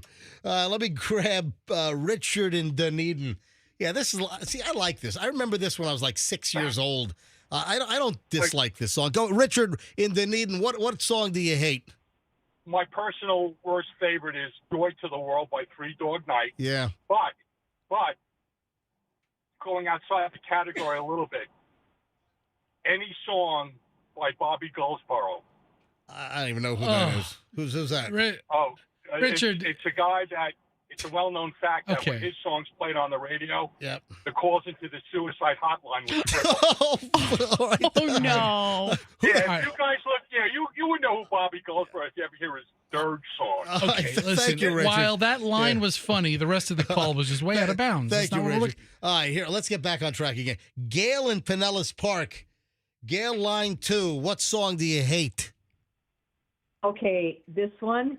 I'm too sexy for my whatever. Too sexy for my... By Right Said Fred? Yeah, right. That was like 1991. I'm too sexy for my job, too sexy for my pants, or whatever. You know, on the catwalk. I love that song. I shake my little butt on the catwalk, or whatever it is. I'm too sexy Here- I cringe. Well, get ready to And cringe. then, actually, another one. Remember, Relax by. Oh, Frankie Goes to Hollywood. Yes, yeah. You don't like that one? Doable. Okay, all right. Thank you. Appreciate it. Let's grab. Oh, Joe. Joe, you're. Oh, I got to. Joe in Tampa. Oh, I so disagree with this. Mm-hmm. Joe in Tampa. That song's horrible. Hold on. Tell everyone what song. I'm looking at the call screener, so I know what song you're going to say. Blondie's One Way or Another. Oh, man. No, that is a great. I had that cassette. I burned that cassette out. I loved, Heart of Glass, One Way or Another. That was like, for me, that was, I think, 7th grade. Yeah, 1979, like 7th grade for me. Love this. Joe, what are you talking about? No, it sounds like a broken record, like it's stuck. No, it doesn't. This is a great song. Stop it. Come on. I'm a huge Debbie Harry fan. One way or another. Come on. I'm going to drive right by your house. I'm going to burn it down. Whoa. Easy. No. And I'll drive by your house. All right. Have a nice day. Have a good weekend, Joe. I appreciate it. How about Kim? Oh, this is a good. Yeah, this is. But we never played this on the radio. But it still falls into the genre of like the happy song or the songs of the last 15 years. Yeah. Kim in Tampa. Kim, what song do you hate? How has no one said, what did the fox say, right? Yeah. What did the fox say? I'm Michelle, you got to stop that. Please. Remember we used to do that around the house just to annoy you? I'm going to cut your microphone cord with scissors. Isn't that what it does? Something like that? It makes like a noise? What did the fox say? Yeah. Oh, the kids were doing it. They were driving me nuts. I know. With that. Oh, my God. Thank you, Kim. Have a good weekend. Suzanne Landel. Yeah, see, this is going back, but I think most people know this song. Suzanne in LOL. You're on the MJ Morning Show. Hi. Hi. How are you today? Fine. What song? Okay, Morris Albert and Feelings. Oh, yeah. Feelings. Yeah, that's a dirge. That was meant to be a slow roller, And then there was man. another one, Debbie Boone, You Light Up My Life. Oh, yeah. I was a kid when that was on the radio. That was a #1 song for weeks. Mm-hmm. Suzanne, how old are you? She's And 65. then the gentleman that mentioned Bobby Goldsboro. I don't even know who that is. All right. So, Suzanne, Suzanne 105. Fester wants to know how old you are. I am 70. 70. Okay. There you go. That- Thank you, that Suzanne. fits. Thank you, Suzanne. You're welcome. Hey, Thanks. have a- She's pulling out songs from like 50 years ago. Have a great weekend. Carol in Wesley Chapel. Carol, what song is on your worst song of all time list? We built this city. Oh, I love that song. I love that song, but I know there's a big debate about that song. There's a lot of hate for that song. We built this city on rock and roll. Did you see the latest commercial? Oh, it's like for Bounty or No, it's for toilet Charmin paper. toilet paper. Yeah. We quilt this city. And I'm like, what are they saying? How could they even let them use that? Charmin toilet paper has a commercial for We Quilt This City for quilted Charmin ass paper. You know? Worst toilet paper. I mean, it's better than we wipe this, Heine. Oh! Dun, dun, dun. They should have asked you. That's really good, Fester. See, I got her laughing. Marconi plays the Mamba. Isn't that a line, right? Yes. I think so. All right, thank you. Then on Q105, we used to do the Mm-hmm. Howard Franklin traffic update. Yeah. A city by the bay, Q105. Yeah, traffic on the Howard Franklin Bridge. Because the original was looking out over the Golden Gate Bridge, the city that rocks, the city that never stops. Well, so I love Grace Slick. Mm-hmm. I am such, from Jefferson Airplane. Grace Slick, to me, is one of the greatest female vocalists of all time. I love Grace Slick. I love Annie Lennox. To me, those two voices are they're heaven. And Grace Slick, when you listen to just some of her old recordings, even, for instance, we just saw The Naked Gun. We just saw, Michelle and I and Julian went to see The Naked Gun at the theater the other day. And there's a scene in the movie where they play Nothing's Gonna Stop Us Now, from Starship, from the movie Mannequin. And there's a little spoof thing. And, while, it's not the greatest song in the world, I mean, Grace Slick's voice, is just, to me, just mesmerizing. All right. Lynn in Weeki Watchie. We're going to wrap this up in a minute because I have other things I have to do before we shut things down. But, man, the phones are blowed up on this. They blowed up good. All right, Lynn in Weeki Watchie, what song do you hate? Queen, Bicycle. And I'm a fan of Queen, but that song is just cringeworthy. I want to ride my bicycle. Yeah, gotcha. I don't mind that as much. But listen, it's certainly not, I think, one of the Queen. It's not one of their mainstream songs. Not one of the toppers. Thank you. Oh, here's a good one. Robert, Eagle Lake. Robert, you're on the MJ Morning Show. What is on your worst song list? Putting on a Ritz. Putting on a Ritz. By Taco. Remember that song? Yeah. I can't hate on that one too much. It's so catchy. You know what? I don't dislike it, really, the putting on the Ritz, with the filtered old-fashioned microphone sound and everything. Yeah. All right, Robert, I'm sorry that one gets on your nerves. Luckily, we do not play that here on Q105. We do eat Ritz crackers. Tammy, this is a bad... Tammy, what's the matter? How could you hate this? Tammy and Largo, what is the song? Purple Rain. No. Yes. I really like anything Prince. No. Yeah. Oh, hold on, Michelle. You in concurrence with Tammy? Yeah, you know what? I mean, if it's the only thing playing, I'll listen to it. But you know what? If it's on the best ofs, I'll skip it. So what other Prince songs do you dislike? If I dislike them, I don't. One I hate. Yeah, go ahead. Yeah. Oh, I'm just saying that's the only one I hate because it's just so mundane. It's like Purple Rain, Purple Rain. It's a slower rain. song. Thank you. Tammy, thanks for the call. Let me grab, just a few more here, and then I got to wrap it up. Oh, line one, I'm going to break their necks. Hang on a minute. We'll get to that in a minute. Deborah in Dover. Hi, Deborah. You're on the MJ Morning Show. Hi. Hi. What song do you despise? You Can Ring My Bell. Oh, Anita Ward? Anita Ward. I love that song. Ring my bell. Ring my bell. Oh, my bell. Yeah. Ding, dong, ding, dong. Yeah, Michelle loves it. Wow. Telephone, man. Deborah, you and Michelle would not be getting along. I saw it on Soul Train. Yeah. Back in the day. Thank you, Deborah. Thanks for hanging on. I really appreciate I want it. Michelle saying ding dong as my new ringtone. All right, I'm grabbing line one. I can't believe that this guy's for real. Robert in Palm Harbor, what's on your worst song list? All right, it's not so much as the worst song. It's just that they're overplayed. They're overplayed. They play it just constantly. What is it? What is it? Guns N' Roses. I mean, get this guy off. I have to turn the radio off. I've heard them so many times. See, I like Welcome to the Jungle, Sweet Child of Mine. Oh, Paradise City is a phenomenal song. Take me down to the Paradise. What November Rain? Mm-hmm. November Rain is beautiful. Yes, I agree. But Get out of here, Robert. This guy. Get out of here. Thank you, Robert. All right. Here's one that Michelle brought up earlier.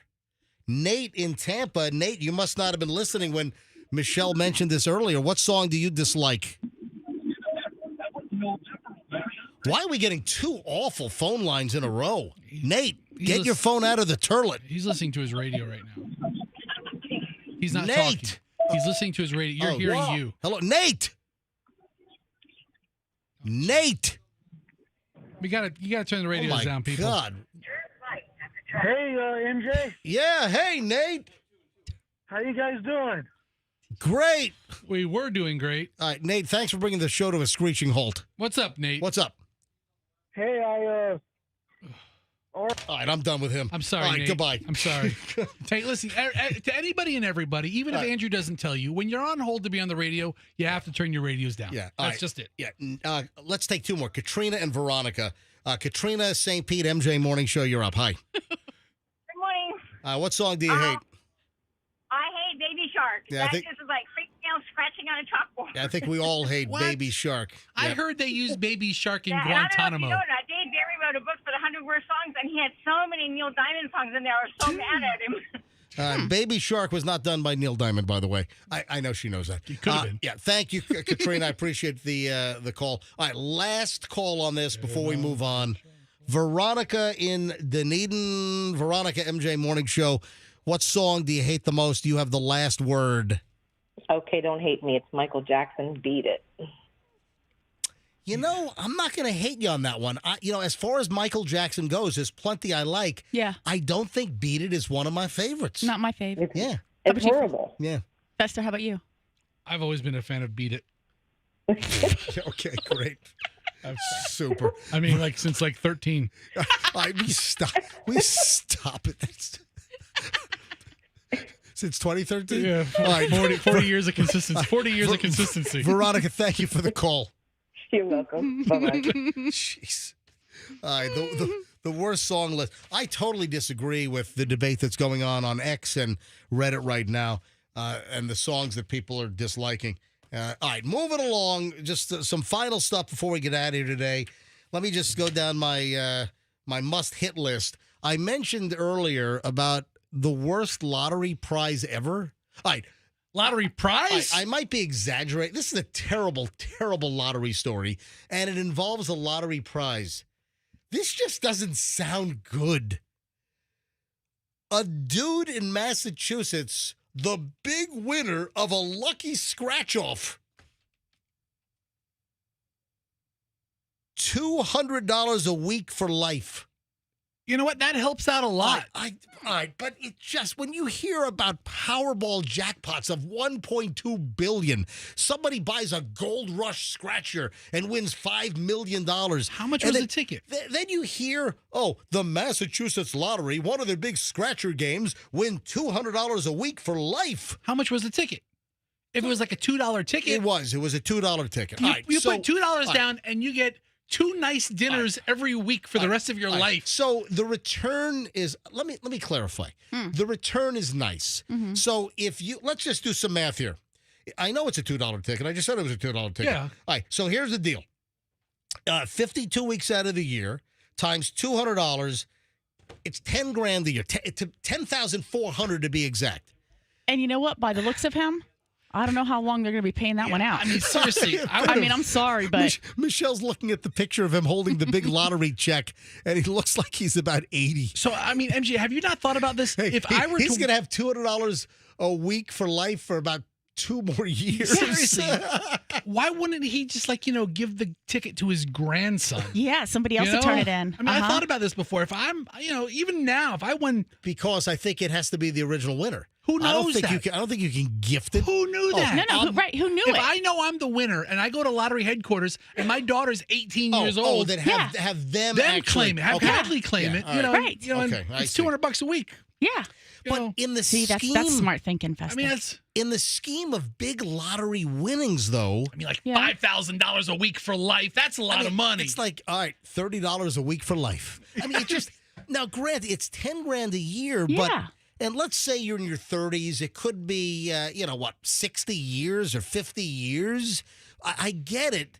But it just, in the scheme of all the big lottery stories and jackpots, it just doesn't sound like a lot. It just doesn't, you don't go, oh, wow.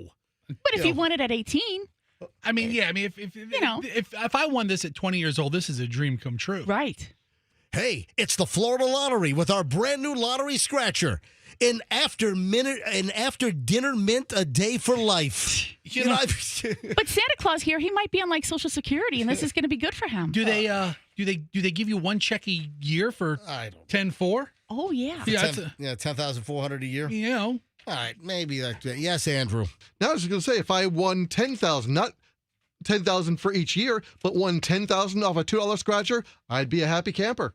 All right, like we said, the return is good, but it just doesn't present with an oh wow factor. How about that? Is that a good description?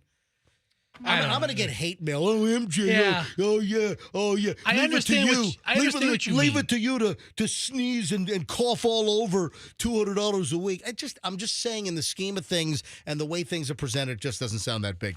Guess who's come forward? You know the mystery of the sex toys being thrown on the WNBA courts? No. Okay, is it wrong to say I find this hysterical? You know what? It's about the most exciting thing in the WNBA these days. Well, Caitlin Clark, what's her name?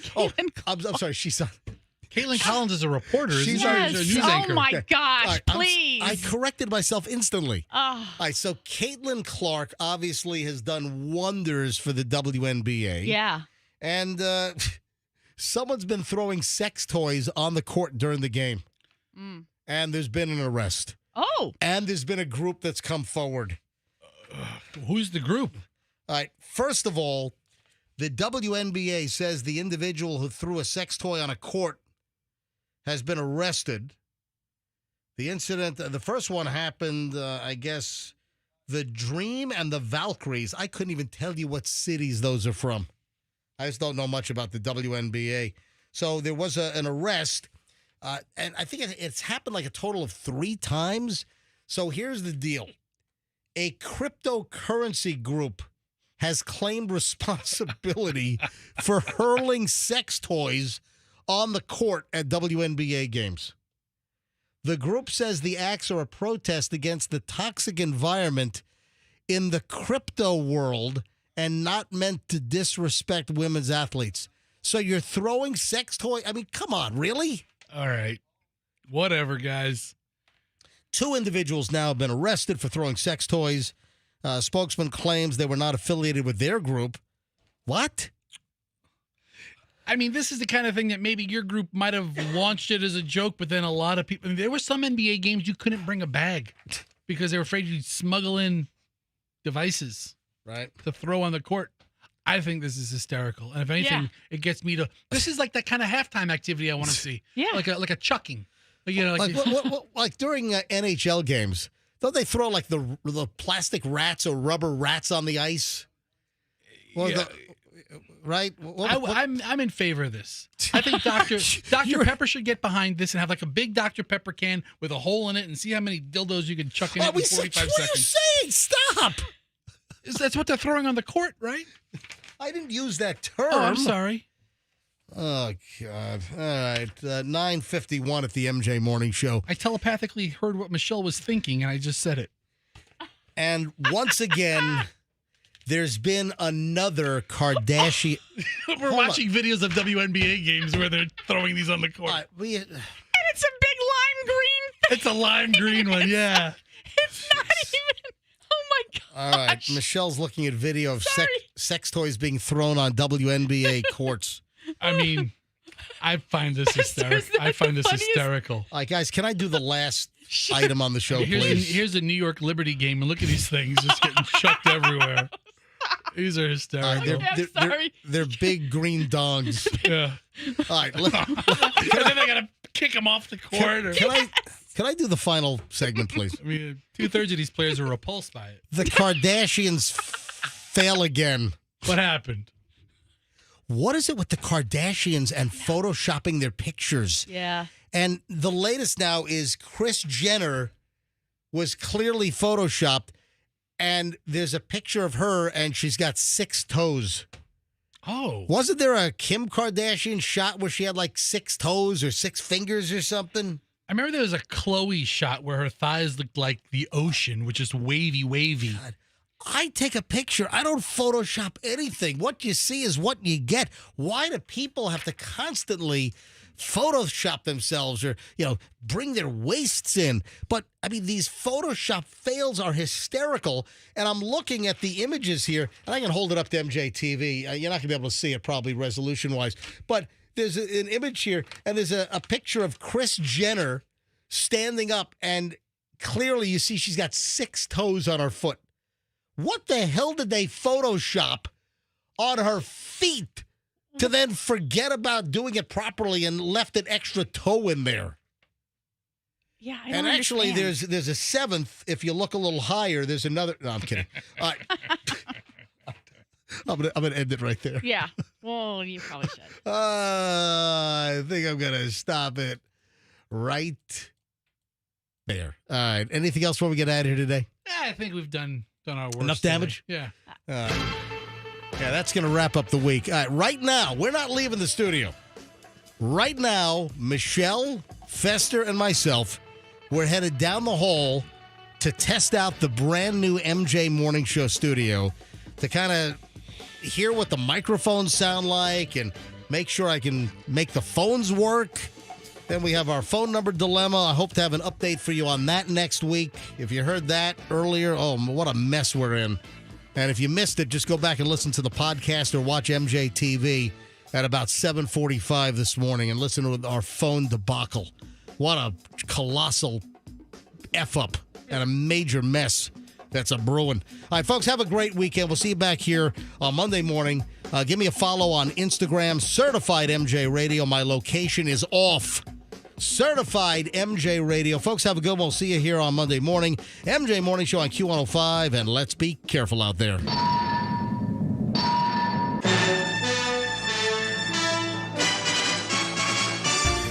Hear the latest MJ Morning Show podcast on the Q105 app, powered by Anna Jar and Levine.